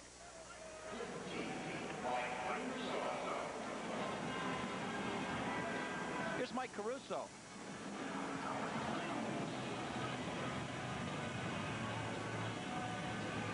Well, the speed of the pitch is what made it look appealing. Yeah, he just could not check it up. So Caruso, 1 for 2, that single. The Duck snort of the year so far. Yeah, you know what we might have to do instead of giving somebody a, well, we still will if they hit the Sterling sign. Right. We might have to provide one of those customized Sterling toilets to the Duck snort of the year as well. I like that. You know, both ends. Yeah. That's true. That's in the dirt. 2-0 to Caruso.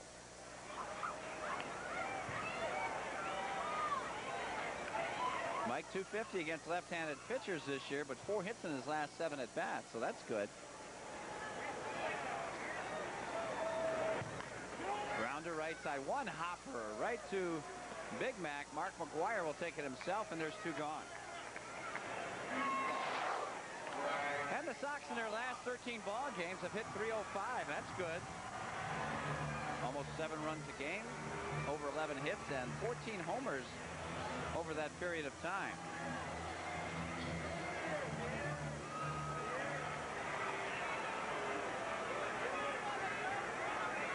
Here's Big Frank. Single and a pop-up. Albert Bell on deck. Sox trailing it 4-3 here in the bottom of the 5th inning. 2 out. Outfield deep and straight away. Painter hits the inside corner with a fastball.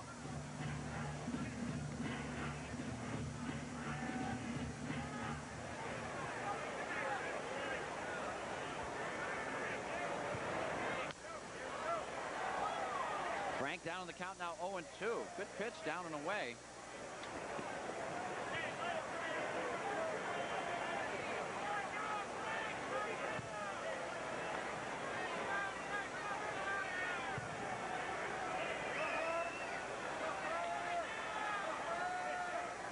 Wants it inside. Well, he threw it right on by him.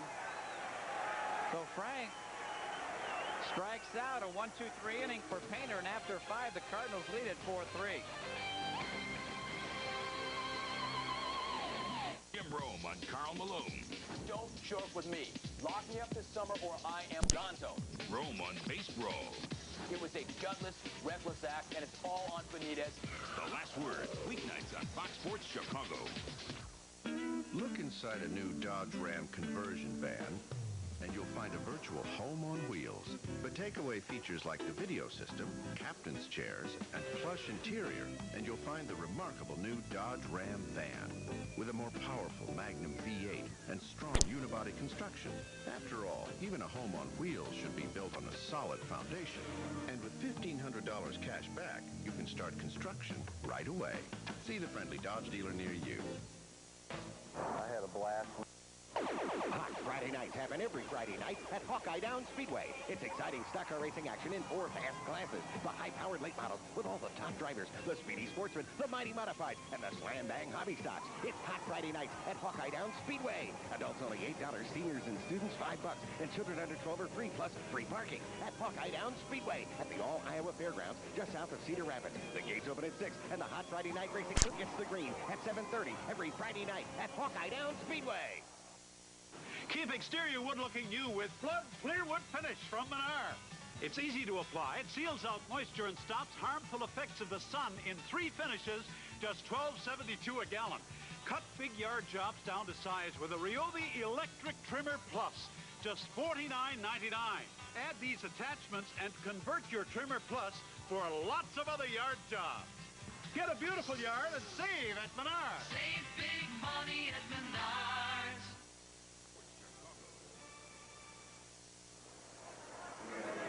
Top of the 6th inning from Comiskey Park. 4 runs, 8 hits, and no errors for St. Louis. 3-6-0 for the White Sox. Gary Gaetti's going to lead it off against Jaime Navarro. There's a grounder.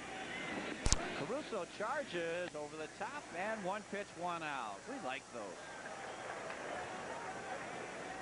And Baseball Thursday gets into interleague spirit this week as Bernie Williams and the AL best New York Yankees head to French Canada, way up there to battle the Expo. It's Baseball Thursday.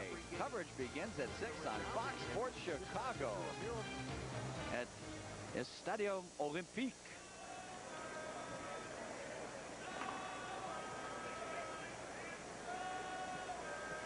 Here's Tom Lampkin, 1 for 2, single, run scored, and has an RBI. He lined hard his last time up to center field.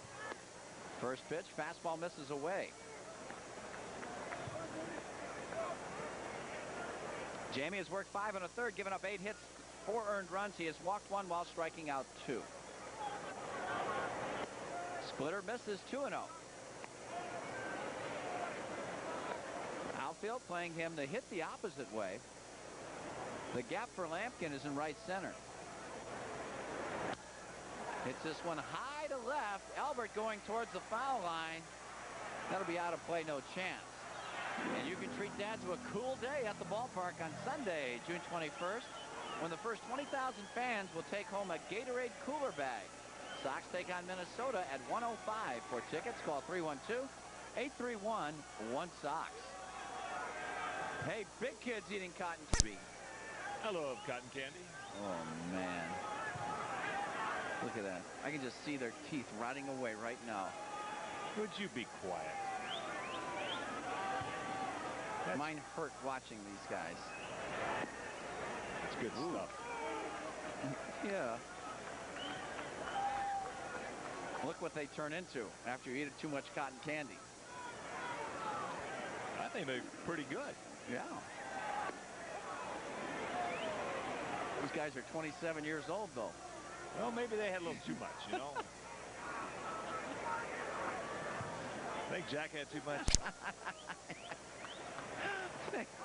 Yes, sir. Inside corner, catches Lampkin looking. He just stood there like the house on the side of the road.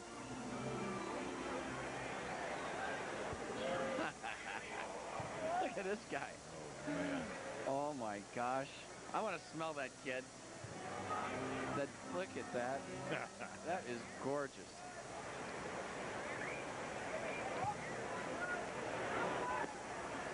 Breaking ball down low. 1-0 to David Howard. David's solid single and a run scored, and he was a strikeout victim his last time up. Did he go? Yes, sir.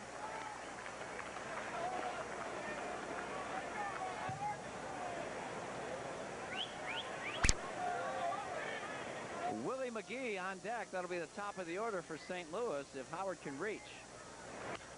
Liner in the right field. Base. So a two-out single by David Howard. And Willie McGee will get a chance. That's 9 hits now for St. Louis.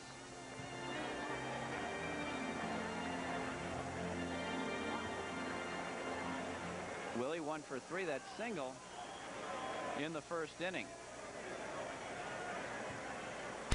Outfield swung around the left. Big gap in right center for McGee. David Howard has yet to attempt a stolen base this year. Kind of surprising. He's got good wheels. As we mentioned earlier, Jaime Navarro with that long arm action is pretty easy to steal on. There's a good fastball strike. Well, it's not quite as long as it was. That's what he and Nardi Contreras were working on before that last start in Kansas City. Is instead of extending it way back, when he takes the ball out of the glove, getting his arm up a little quicker. You can see it's quicker, yeah.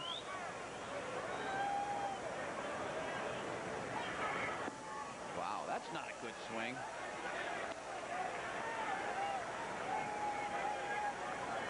That wasn't Willie's number 1.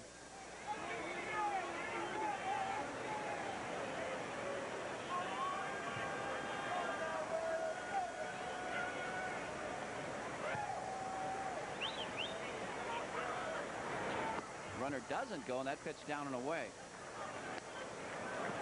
And here's what we're talking about. Stolen bases by opposing runners. Ken Hill, the easiest, with 18 stolen bases against. Navarro with 16, Juan Guzman, and Randy Johnson, 13. Don't get many lefties in there, but there's 6'10". There's a grounder. Robin, what a play by Durham. Nice pick. He wasn't going to get McGee at first base, so Robin went to second. And a great play by Ray Durham. And that will end the 6th inning. For the Cardinals, it's still 4-3 St. Louis. I've been waiting for this. We all have.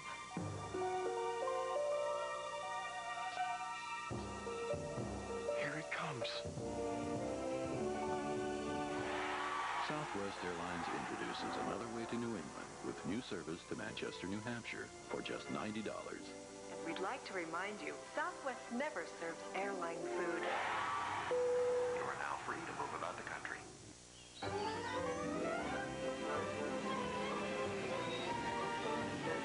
amazing what you can order. We are back, and there's some more cotton candy fans. Those guys will just run home after this game. Okay, get down. Here's Albert. Tremendous 3-run homers last time up, accounting for all the Sox runs.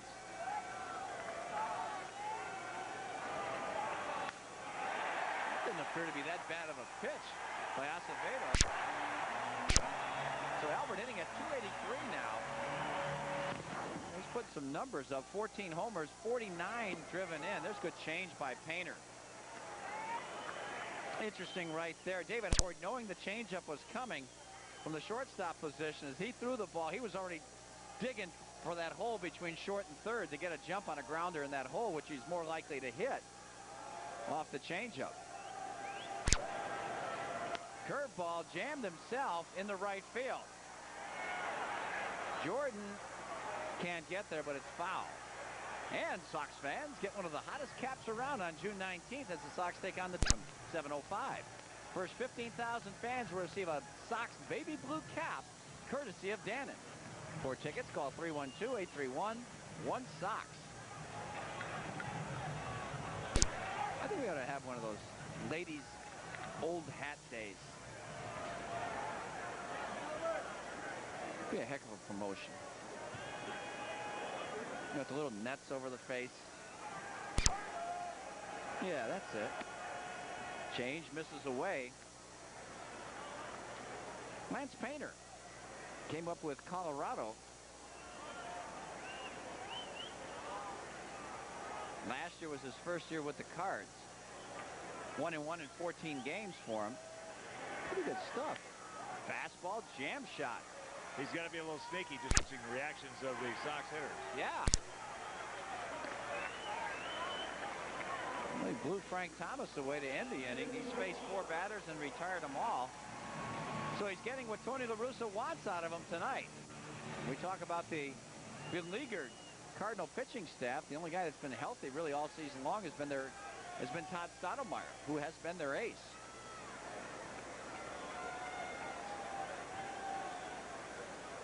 Robin grounds curveball on a play by Cluzo. Brian Little makes a friend. He knows that.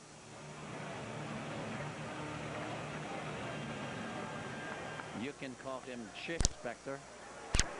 There you go. That's getting close to the hat I'm thinking of. Like to see a little net. Maybe even Babushka Day.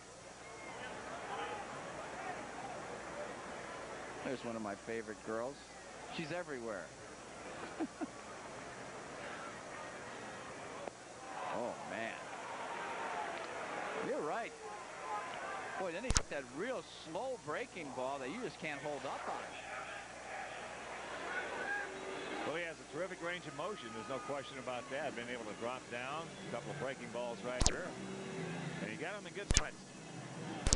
He did not miss over the middle of the plate or inside. Here's Jeff Abbott with 2 out. Come on, Jeffrey. Good curveball right there. Boy, he brought that one around from the outside. Looks like Jeff may have given up on that pitch. 13 starts this year. He's hitting .385. 4 doubles, 4 homers, and 15 runs batted in. 16 on the season and just over 60 at bat. That's pretty good. And in fact, that's great. Still can't get over McGuire. 192 at bats now. Got 73 RBIs.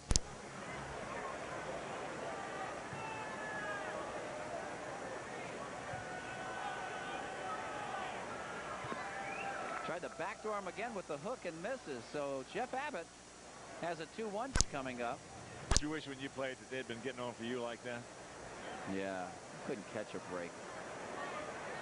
Took me about 5 or 6 years to get 73 RBIs. There's a liner. That's going to be foul. Out of play right side. Jeff hitting .435 with 6 RBIs at Comiskey Park this year.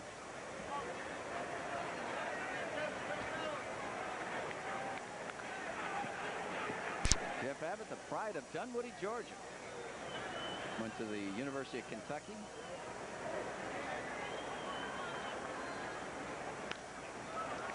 He kind of threw that one by him. Boy, you're right. This guy is sneaky. He's got to be. Well, he's topping out at 90, 91 miles an hour, so. He's got a very fluid motion. And he must have a real good release, because that's what causes sneakiness. Threw that fastball by him once again.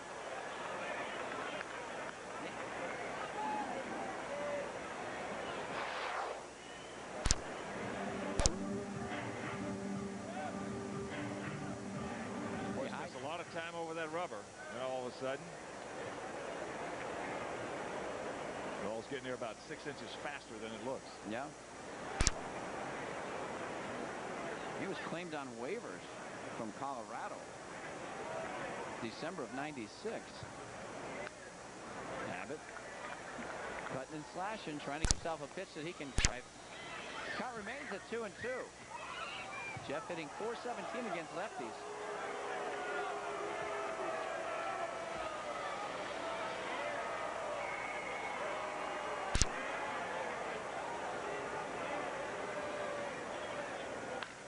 A liner right at the shortstop. Wow, right at David Howard. So another 1-2-3 inning. He has retired 6 in a row, and after 6, Cardinals lead it by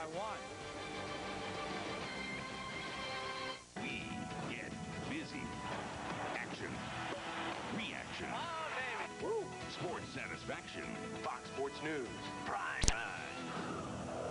Weeknights at 10.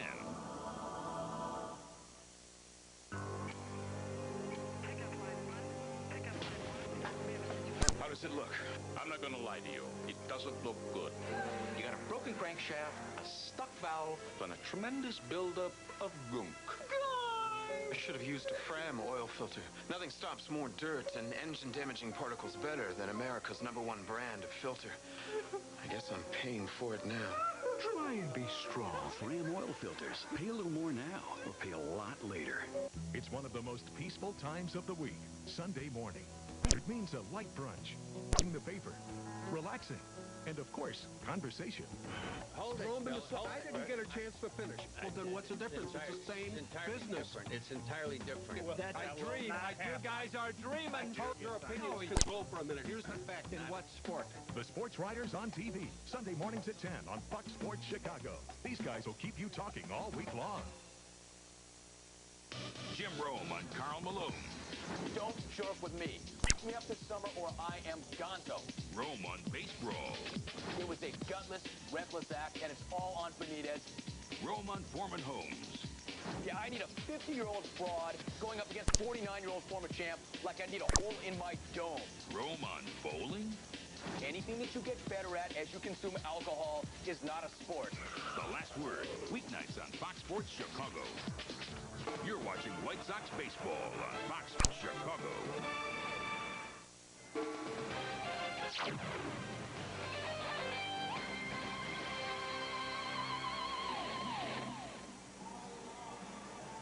That's the story here in the top of the 7th inning. 4-9-0 for the Cardinals, 3-6-0 for the Sox. It'll be Delino DeShields, Mark McGwire, and Ray Langford. Jamie Navarro. This is a splitter down low. DeShields 2 for 3. He's knocked in a pair and he's scored 1. Pretty good fastball right there. Hey, I like the motion. Better than the other. A lot of times what you'll do with certain pitchers is that's not a good putt at all by DeShields. This one out. You very seldom see percentage-wise a guy who you will try to shorten up. Most guys you want to get more extension back. Yeah. Yeah, Jamie almost looked like a javelin thrower. He got that arm way back, and of course, working out of the stretch, it was difficult. I think his release point is a lot more regulated this way. Here's Mark McGwire. Hard single to left field was the last time up. That's way back high. Cameron in front of the fence jumps, makes the catch. Yeah! Denied. Wow, I thought it was out of here from the get-go. something. Little fastball. Looked like a cut fastball right there that McGuire. See that head almost dead still. You see the timing play. That might have hit off the top of the fence. Or actually, it would have been real close to going out. So here's Ray Langford. Well, Chris and I were talking about Cameron earlier. He's struggling right there. No question about that. But he's going to be an outstanding center field. Well, he's a great athlete out there. Yeah. He was a heck of a football player. He's just a great athlete. Langford 1 for 2 with an RBI single. Checks it up, takes the ball, and the count 2-0.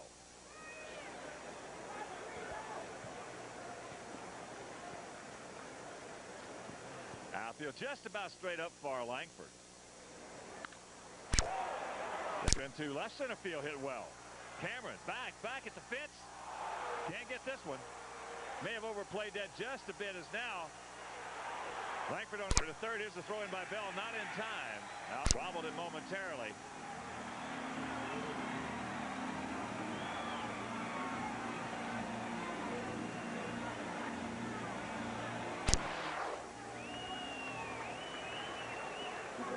I didn't think the ball was going to carry this far. I didn't either.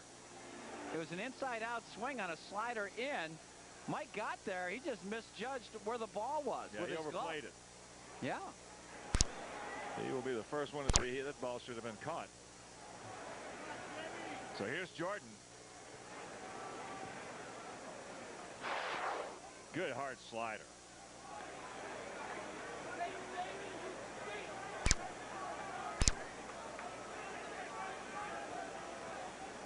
Jordan is grounded to third, lined hard to right field, and he's hit into a 4-6 fielder's choice. The pitch down.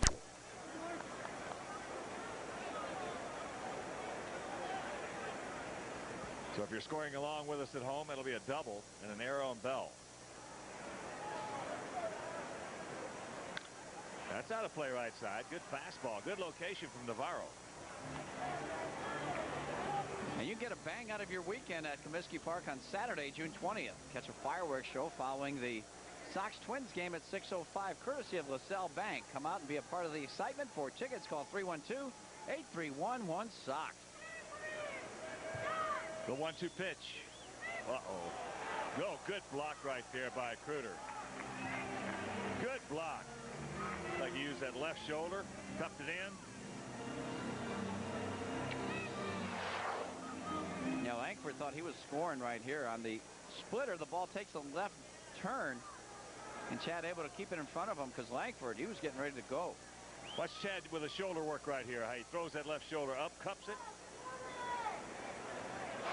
Almost picture perfect.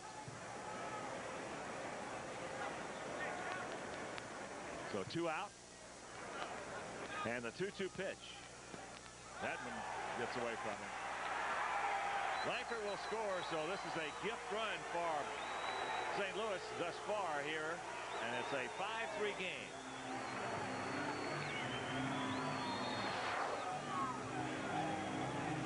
Well, he wants the ball away. Well, it just seems like Chad moves better to his left. He had a problem on one to his right earlier. That looked like a pitch that should have definitely been blocked.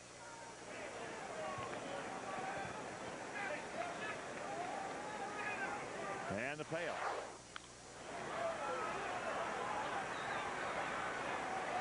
So the double, the error, and then the wild pitch.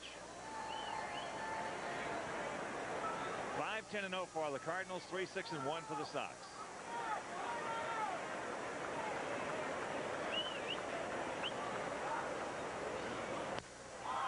That ball hit deep into center field. Cameron back. Right in front of the fence, hauls it in, and it'll retire the side. Cardinals put another one on the board. 7th inning stretch, they lead it by 2.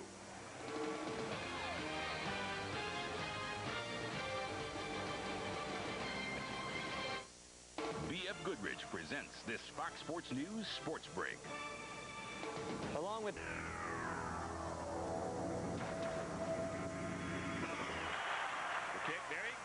go. There's the throw by Fabregas. Yes! They nailed the line of the shield, so George Fabregas with a perfect throw to Ventura. Yeah. He got him on the outside corner, and this ball game is over. You can send it to Cooperstown. We are into the bottom of the 7th inning. 5-10-0 for St. Louis, 3-6-1 for the Sox. It'll be Norton, Cameron, and Critter, the lower third of the order. Norton 0 for 2 against Lance Painter. Turns that one over, misses outside. Couple of finals. At Cleveland, Pirates defeated the Tribe by a score of 7-4. Houston came back to defeat the Tigers. 5-3. Tigers having a tough time holding on to the lead lately. Yes. Wow. Kansas City leading Milwaukee 3-1, bottom of the 8th at Kauffman Stadium. Another good changeup. Boy, he's got a good motion with that change.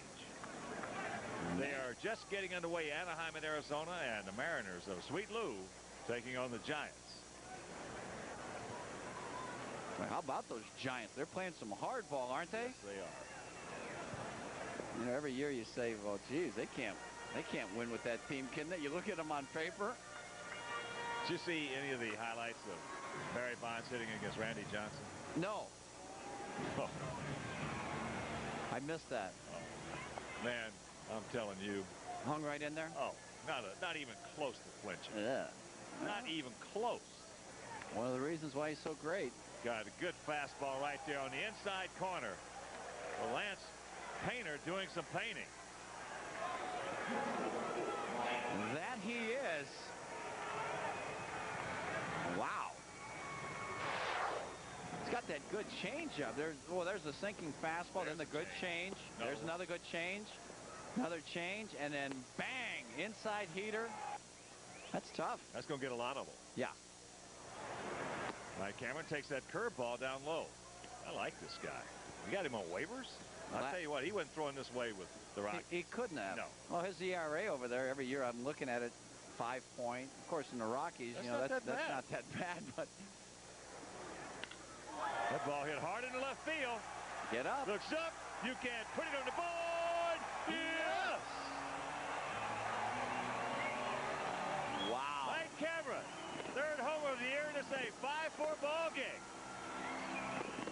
Man.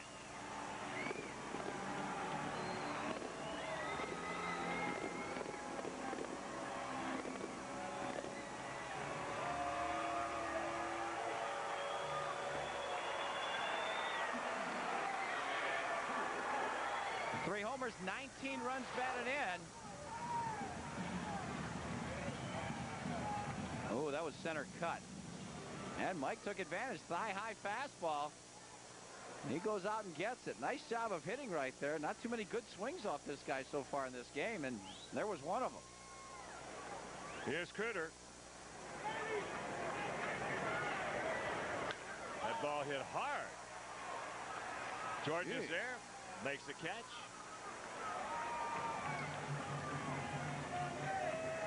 And that home run replay was brought to you by ComEd, the official energy company of the Sox, providing power to Northern Illinois customers for over 100 years. Attaboy, Mikey.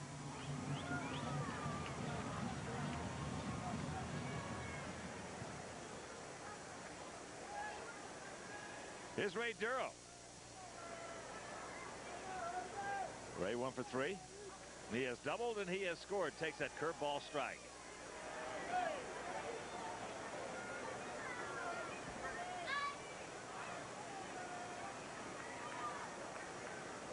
Corners in close. Another hook. Ooh, took a little something off that one. Had him well out in front.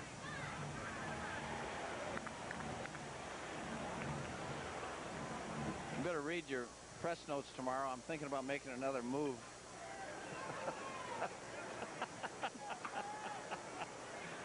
Oh, Whippy. Whippy, Whippy. The 0-2 pitch. About a 55-footer. Couple more finals for you. The Yankees hammered the Expos 11-1 up in Montreal.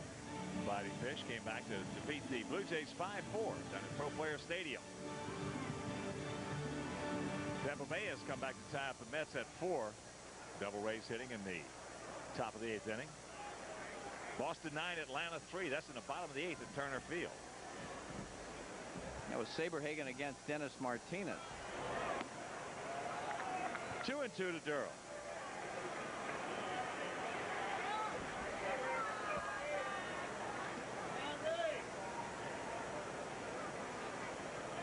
Saberhagen 7-3 and Martinez 2-2. Hit hard off the glove. Come on, Ray. I love to watch Ray run. Base hit.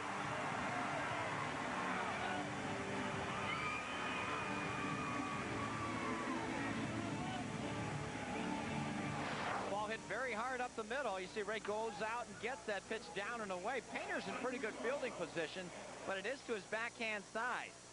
Makes a good effort to get to that ball, but no chance to get the speedy Ray Durham. Get a good jump and go, Ray. I don't know. This guy right here looks like he is kind of left-hander with that fluidity that he has down the mound. He might have a good move.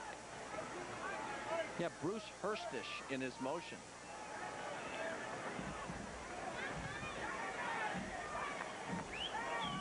Mike 1 for 3. Little single right over the head of Mark McGuire. Stayed on the infield, and he scored. Hit a Bell's 3-run homer. It bunted right back to Painter, and that'll do it. The Mike Cameron's 3rd homer of the year, and we will go to the 8th. It's 5-4 Cardinals.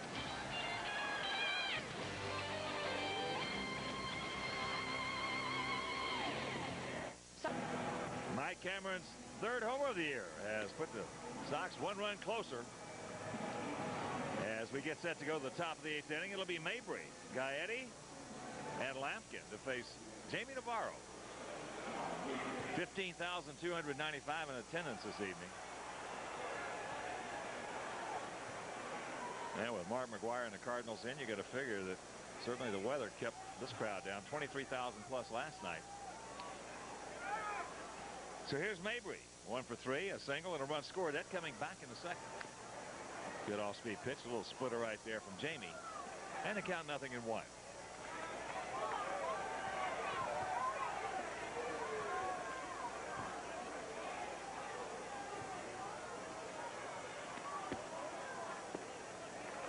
Cannot check it up. 0-2.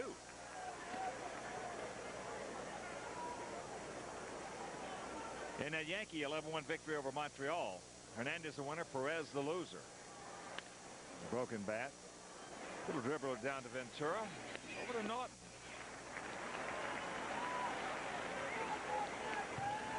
There's Billy Seamus loosening up for the Sox.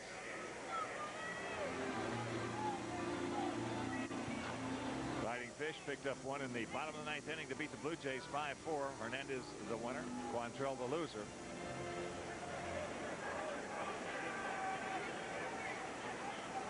As Gaetti stands in, he is grounded to Caruso twice and once to Ventura.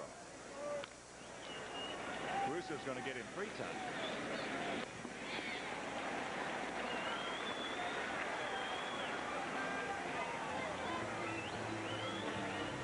Wow. Houston with 4 runs in the top of the 9th inning. Beat the Tigers 5-3. Hampton the winner. Todd Jones the loser. The 2nd day in a row. Wow. Greg Biggio hit his 9th. Moises Alou hit his 13th. 2 tough losses for Buddy Bell's Tigers. Here's Lampkin. See that 1 for 3, a single and a run scored. Takes a strike. Also has knocked in 1. Pittsburgh 7, Cleveland 4. Lever the winner, Mormon the loser. Jim Thome hit number 17. Sandy Alomar hit number 4.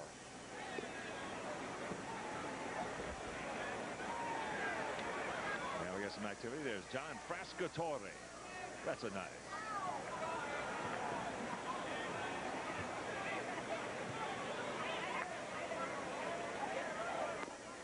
That's just off the corner. In a Yankee Expo game, Bernie Williams hit number 10. Scott Brosius hit a pair. He now has 5. Brosius having one heck of a year. He's having a great year.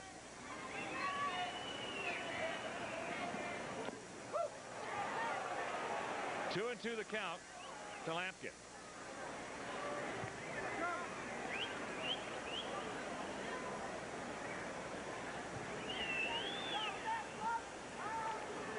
Texas leading the Rockies 4-1. That's in the bottom of the 4th inning. Clark is homer. That's his 10th. Juan Gonzalez has cranked out number 20. Todd Helton has homered for the only Colorado run. That's his 8th of the year.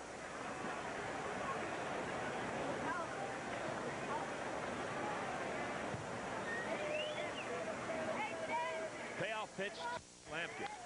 Chopper 2 hopper. Durham's got him. Easy 1-2-3 frame for Jaime Navarro. We'll go to the bottom of the 8th. St. Louis on top.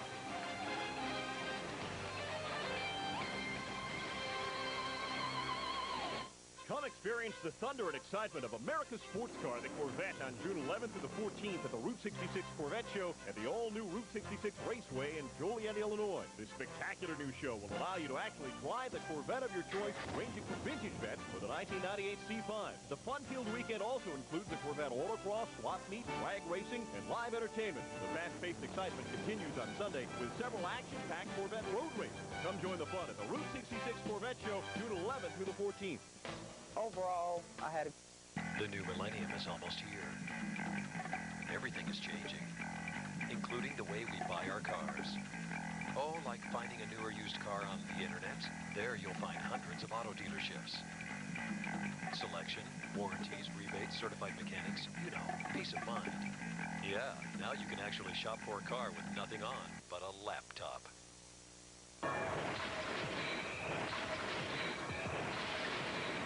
AutomallUSA.com.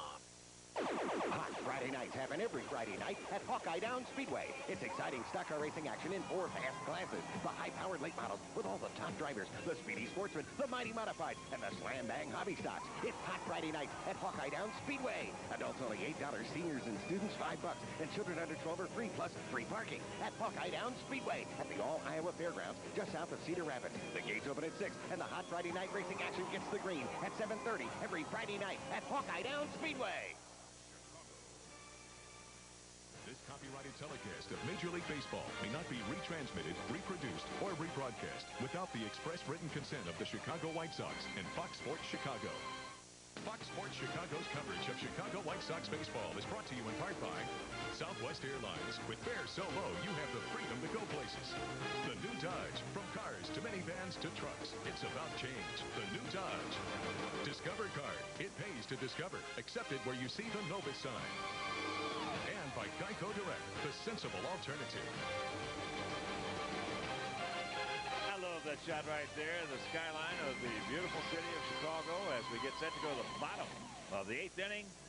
5-4. St. Louis on top and a pitching change. Peru. John Frescatore comes on. 27 appearances, 1-2, a 4.95 ERA for John. 39 innings, 40 hits allowed, 13 walks, and 28 strikeouts. So a nice job by Lance Painter. Gave up 1 hit, although it was a homer to Mike Cameron last inning. But Frascatore, 6'1", 210-pounder, 28 years old, from Queens, New York. Last year, he was good, Hawk. 5-2, a 2.48 earned run average in 80 innings of work. So he's got Thomas, Bell, and Ventura. Big Hurt, 1 for 3 tonight. Takes a breaking ball strike. Looks like he hides the ball. We saw him last year. Looks like he hides the ball very well. Outfield deep, swung around to the right as that slider off the plate to even the count at 1.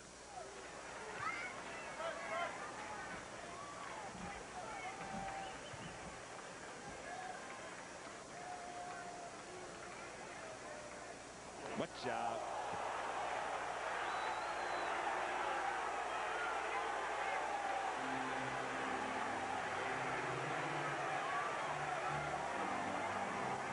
I don't think he wanted to do that. Hit the leadoff man in a 1-run ball game. He's just trying to get it inside. That ball just hunts. Oh, yeah. The Big Hurt down. Nowhere to run right there. They got him right in the elbow. That hurts right there.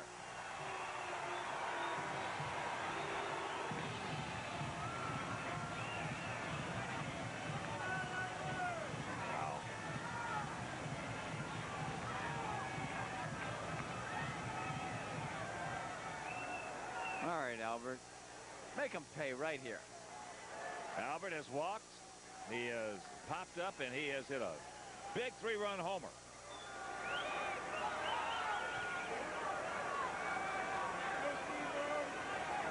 Outfield is deep, straight up, spread out.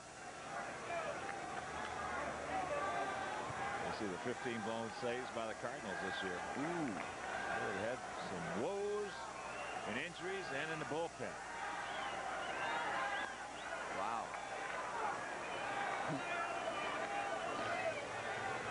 It's a heck of a play by Lampkin right there. He made several good stops tonight.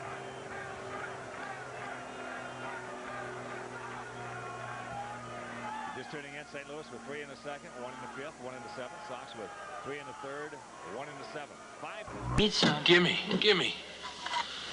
I'll take mine here. Is that Dr. Klein? It was.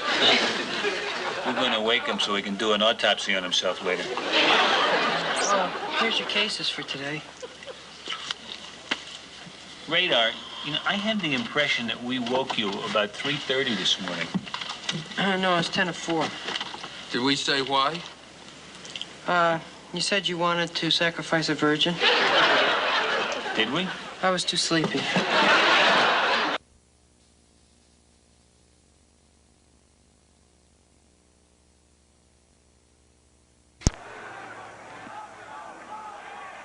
As he takes ball 4. So here come the good guys. Thomas into second, Bell at first, and Ventura the hitter.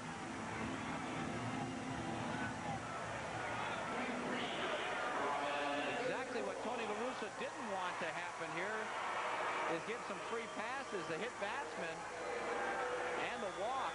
That walk was on 4 pitches, too, so Frascatore really struggling in, trying to throw a strike here. Good time for Robin to unload. Well, that's just what Tony was telling his infielders. He's hitting. He's not punting.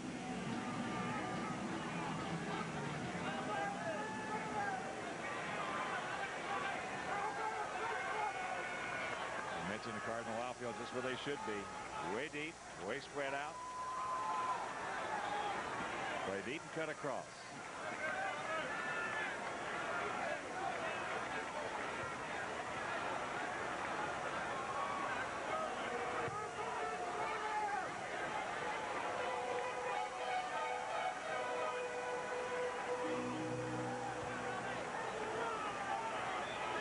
And another time is called, and Tony's going to come out and make a change right here.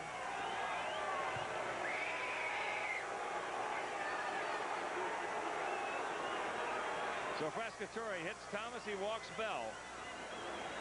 And that'll be all for the 28-year-old right-hander.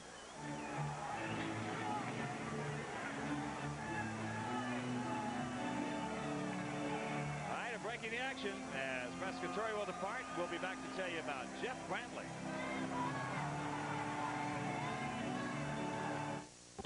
This door is the only thing that separates you from the Chicago Bulls.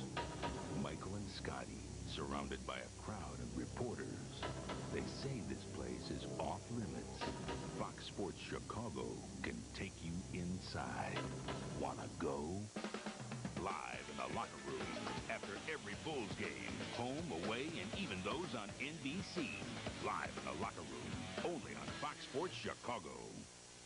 Hey fans, win a trip for 2 to see the Sox take on the Red Sox in Boston on the 4th of July by playing the Southwest Airlines Trivia Trove Contest. Oh, yeah! To enter, send a White Sox trivia question and answer on a 3x5 card with your name, address, and telephone number to Trivia Trove, care of Fox Sports Chicago, 350 North Orleans Street, Suite S1-100, Chicago, Illinois, 60654.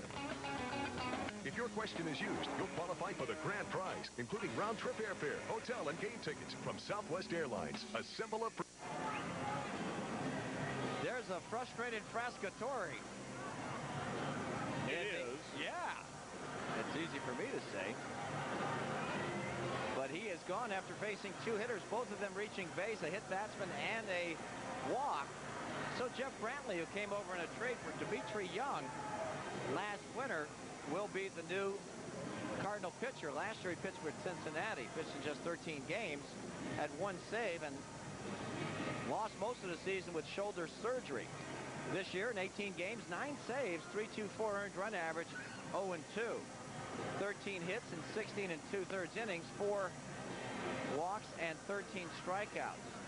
So Brantley coming on in relief of Frascatore. Brantley reminds me of the general, Jeff Montgomery of Kansas City. Pretty much the same size, 5'10", 190, good control, not overpowering, but has command of all of his pitches. Billy, tell us, a couple of years ago in '96 Cincinnati, when he had 44 saves and tied for the league lead, that he was throwing hard. But since the shoulder surgery, he is not throwing quite as hard and has had trouble getting the breaking ball over.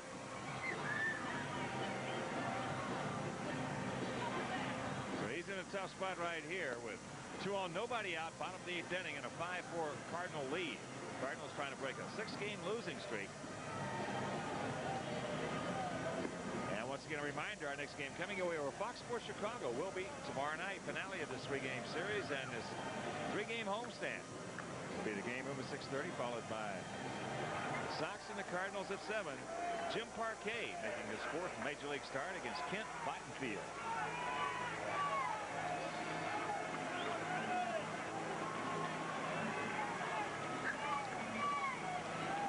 See Robin 0 for 3, a couple strikeouts tonight. He's due.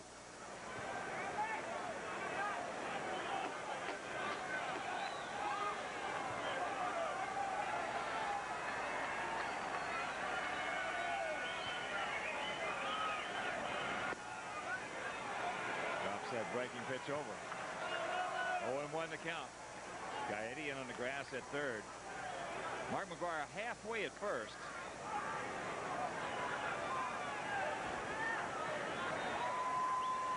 Outfielders come in just a little bit. This time he left it. Makes a nice block, and the count evens at 1.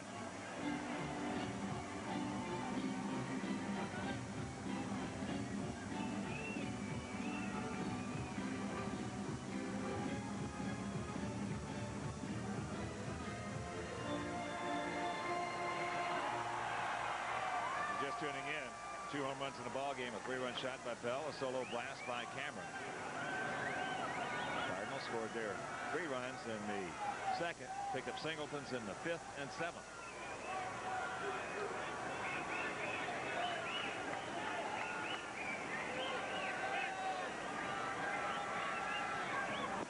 That's down low. So Ventura in good shape. 2 balls and a strike. And Jeff Abbott on deck.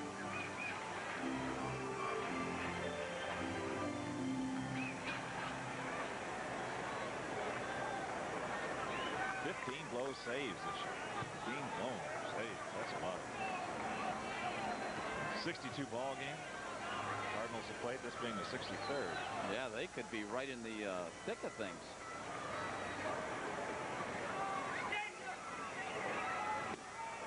That's pretty good fastball. After he's seen all off-speed pitches. Yeah, it was only 86 miles an hour. But after looking at that slow stuff on top of a strike zone, too, makes it that much more effective or more enticing to the hitter to swing at.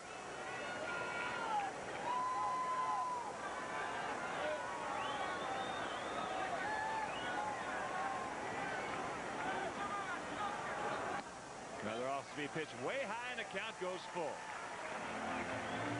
So now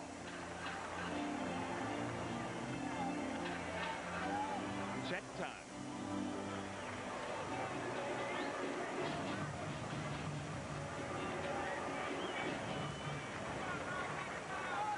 Four-year-old veteran Jeff Brantley.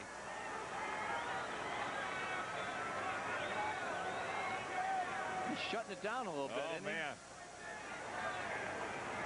From that Norton school of pitching. Robin, he made a pretty good pitch on him, and a good job by Robin just to fight it off. Look at the location right here. 22. This is not bad.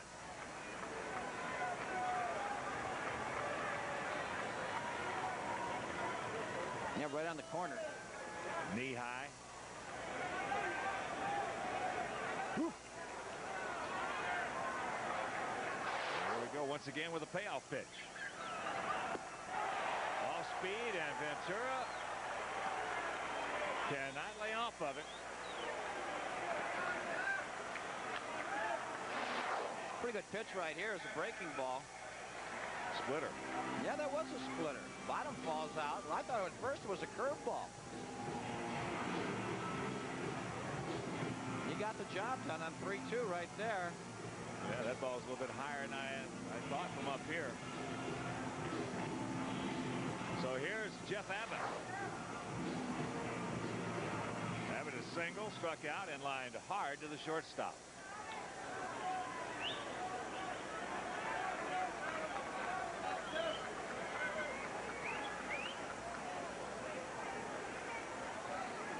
Well, I love the way he sets up to the plate. Look at that head. As that pitch inside. You know, he sets up just like Mark McGwire with that head parallel. Very still. Doesn't have that as much bend in his knees. Those two eyes are really parallel.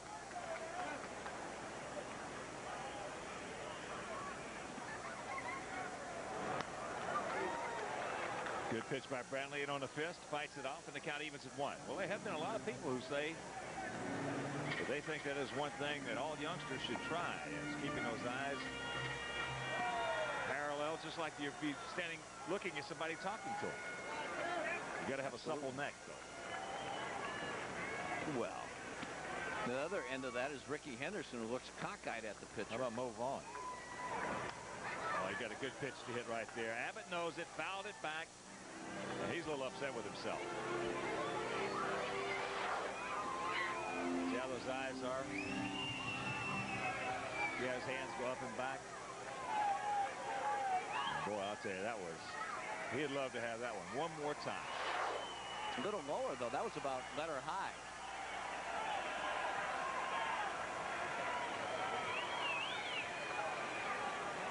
Brantley trying to pitch out of a jam at his own pace.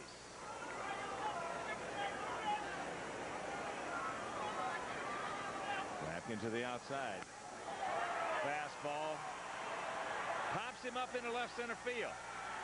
Ray Lankford comes on. Woo. Oh. Makes the catch, and that's out number 2.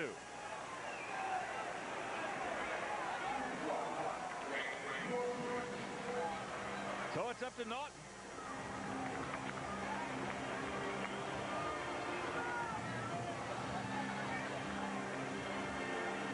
Naughton's due 0 for 3 tonight.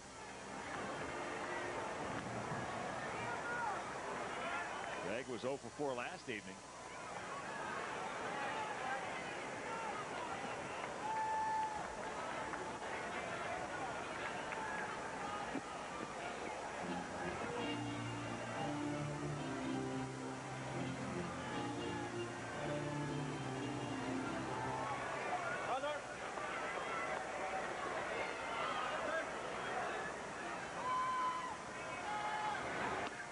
Fastball upstairs.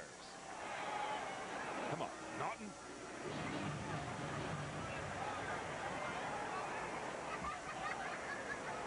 Big gap in right center field.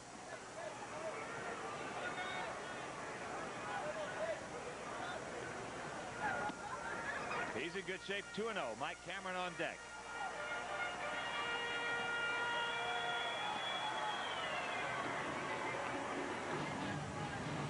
Mike, he's 2 for 3 tonight. Single and a homer.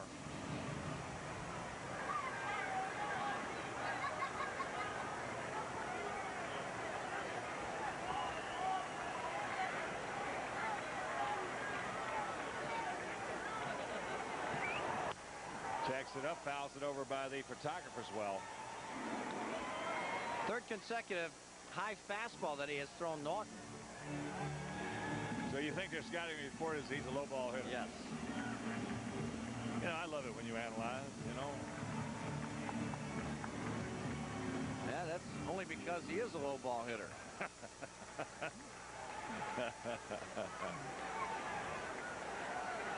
There's Randy Johnson.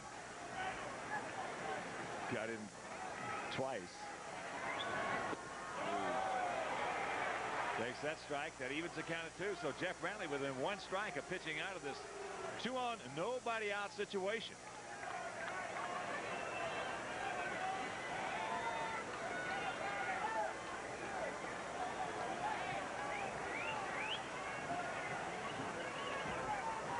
comes with a splitter. Looks like he's got it set. There's a shot. Howard makes the catch, and Brantley indeed comes in. He strikes out Ventura, pops up Abbott, gets Norton to line out. We'll go to the ninth. Cardinals lead it by 1. Away tonight on Fox Sports News after a ball game. Stanley Cup Game 1. NBA Finals coverage. And Kevin Willis is traded. That's all coming away tonight on Fox Sports News following our ball game. Right here, we're into the top of the 9th inning. 5-10-0 for the Cardinals, 4-8-1 for the Sox, and a pitching change. Wimpy. Billy Seamus comes out to work the 9th inning. Jaime Navarro battled him tonight, although he did give up 5 runs in 8. Seamus, though, in 19 games, 1-1, 2 saves, 1.27 ERA. Just 9 hits and 21 1/3. That's good. 8 walks, 10 strikeouts. Well, that 5th and what is now the deciding run, or the lead run, was unearned.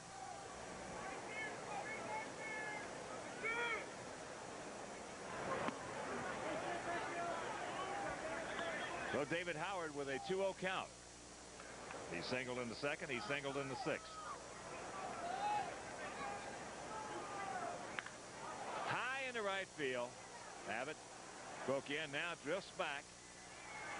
He's there, makes the catch, and that's out. Number 1.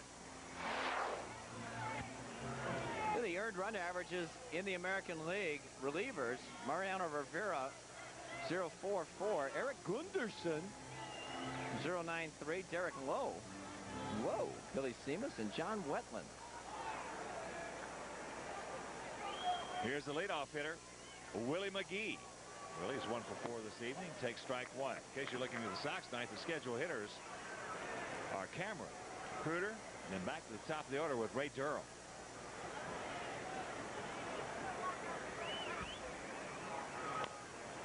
Good splitter right there, fouled over into the Sox dugout. So the 2-strike count to McGee.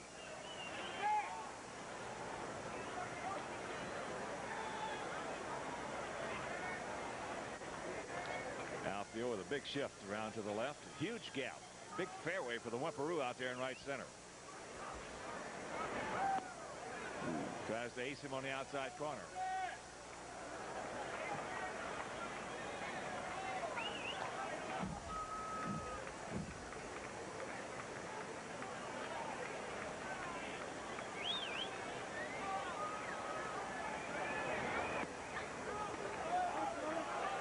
Just off the corner, and the count evens at 2. Delino DeShields on deck. Tomorrow night, Jimmy Parquet against Kent Bottenfield. Ground ball, Ventura, 2 hopper. Very quickly over to Naughton. And 2 gone.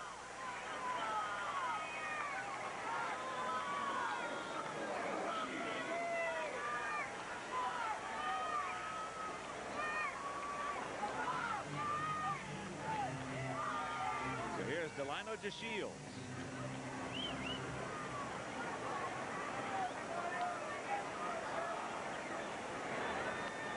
Checks it up, fouls it back. As you look at Parquet starting the pitches tonight. That figures 3 left-handers. Boy, I'll tell you what, you come out a gaggle of geese. They're congregating. That's what they do. Those left-handers just absolutely stay together. Scott Air, Soroka. And it's always been like that in baseball. Why is that? I don't know. You get the right-handers, they sit together. Left-handers, they sit together.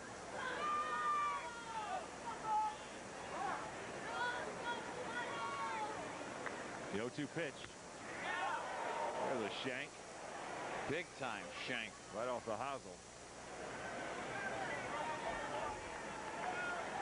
That 2-run single in the 2nd by the Shields was a shank as well. A severe duck snort. Meanwhile, got the job done.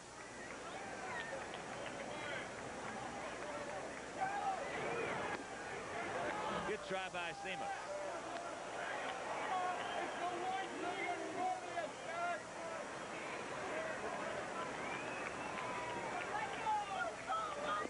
He's gone. 1-2-3 inning for our Billy. We'll go to the bottom of the 9th inning. Cardinals leading 5-4.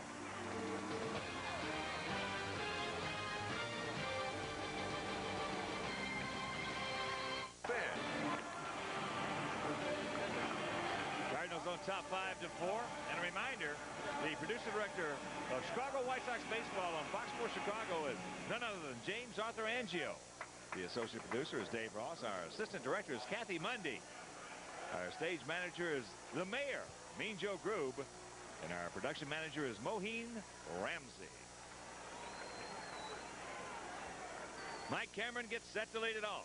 5-10-0. While the Cardinals 4-8-1 for the Sox. Mike, a single in the 4th, a homer in the 7th.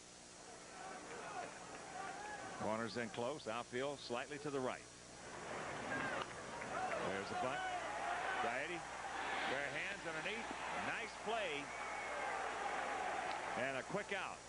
Gaetti was anticipating. He was in close, and besides that, he's only made 1 error all season. Yeah, he's always been real good at this. You know, Gary Gaetti does not have the strongest arm in the world, but he always seems to get the ball just in a nick of time. Makes the off-balance throw, and he gets him rather easily, and that didn't appear to be a bad bunt. Maybe just a little bit too hard by Mike Cameron, but it was right down the third baseline where you wanted it. So Chad Cruder will stand in. Chad is flied to right, bounced back to the pitcher, and lined hard to right. Outfield playing him straight up and spread out.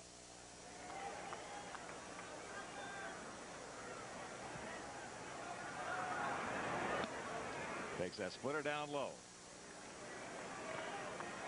There in extra innings in Kansas City, the Brewers and the Royals. Milwaukee has scored 3 in the top of the 10th, still hitting. Leading 6-3, top of the 10th, still at the dish.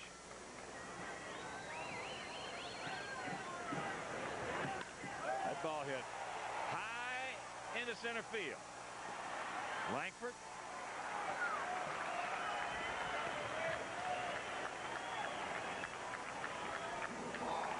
And right now, let's check out our Dodge drive of the game.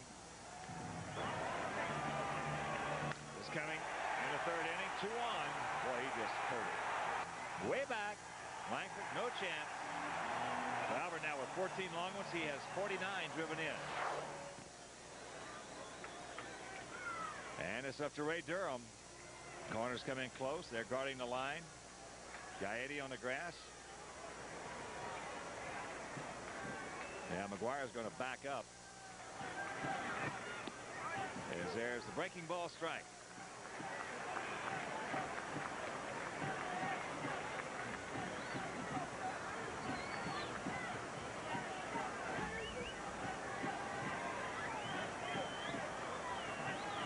Double, a single, a run scored in this ball game as he cannot get that one in.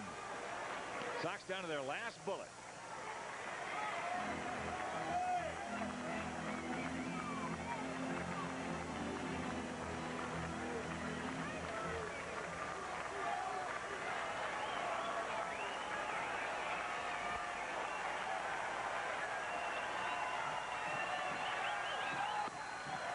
Got him on the outside corner, says Dale Scott. And this ball game is over. So Jeff Brantley, what a job by the 34-year-old veteran.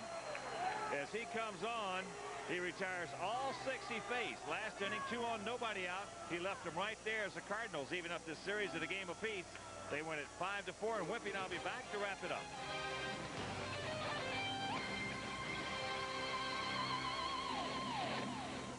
And for the Cardinals, 5 runs, 10 hits, no errors. They left 6. For the Sox, 4 runs, 8 hits, 1 error. They left 5. The winner, Lance Painter, he is 2-0. He did a fine job. Jaime Navarro did not pitch poorly at all. Takes the loss. He is 5-7. And what a great job by Jeff Brantley picking up his 10th save of the season. So indeed, the story of the ball game was in the 8th inning when Jeff Brantley came on. He had Frank Thomas at second base, Albert Bell at first, nobody out. And Wimpy, he just went through the next 6 like butter. Yeah, he really works very slowly from the stretch. I don't know if he tried to bore those guys out, but it certainly worked for him. He had a good fastball that he was throwing just out of the strike zone, and he featured a real good splitter, too. And in the 9th inning, he was just dominating from the windup. So it was Jeff Brantley. You know, the Cardinals have blown 15 saves up until tonight's ball game, but it sure didn't look like it the way Brantley pitched tonight. Well, the Cardinals breaking their 6-game losing streak, but also a couple of good moments for the Sox. Albert Bell, a big 3-run homer, his 14th of the year. He has 49 driven in. And Mike Cameron getting off the snide. Mike has really been struggling at the plate. He comes up, he goes 2 for 4 in this ballgame with a single and a homer. Yeah, Mike swung the bat very well tonight, Hawk. You know, he did hit the homer. That was the one good swing that the Sox took against Lance Painter while he was out there. So Cameron got him, and he also got a solid base hit early in the ballgame. So hopefully Mike Cameron will get that great talent of his to good use and get something going, get a good hitting streak going for him. And Albert Bell is really turning it on. Jim Parquet will make his 4th start in a Sox uniform.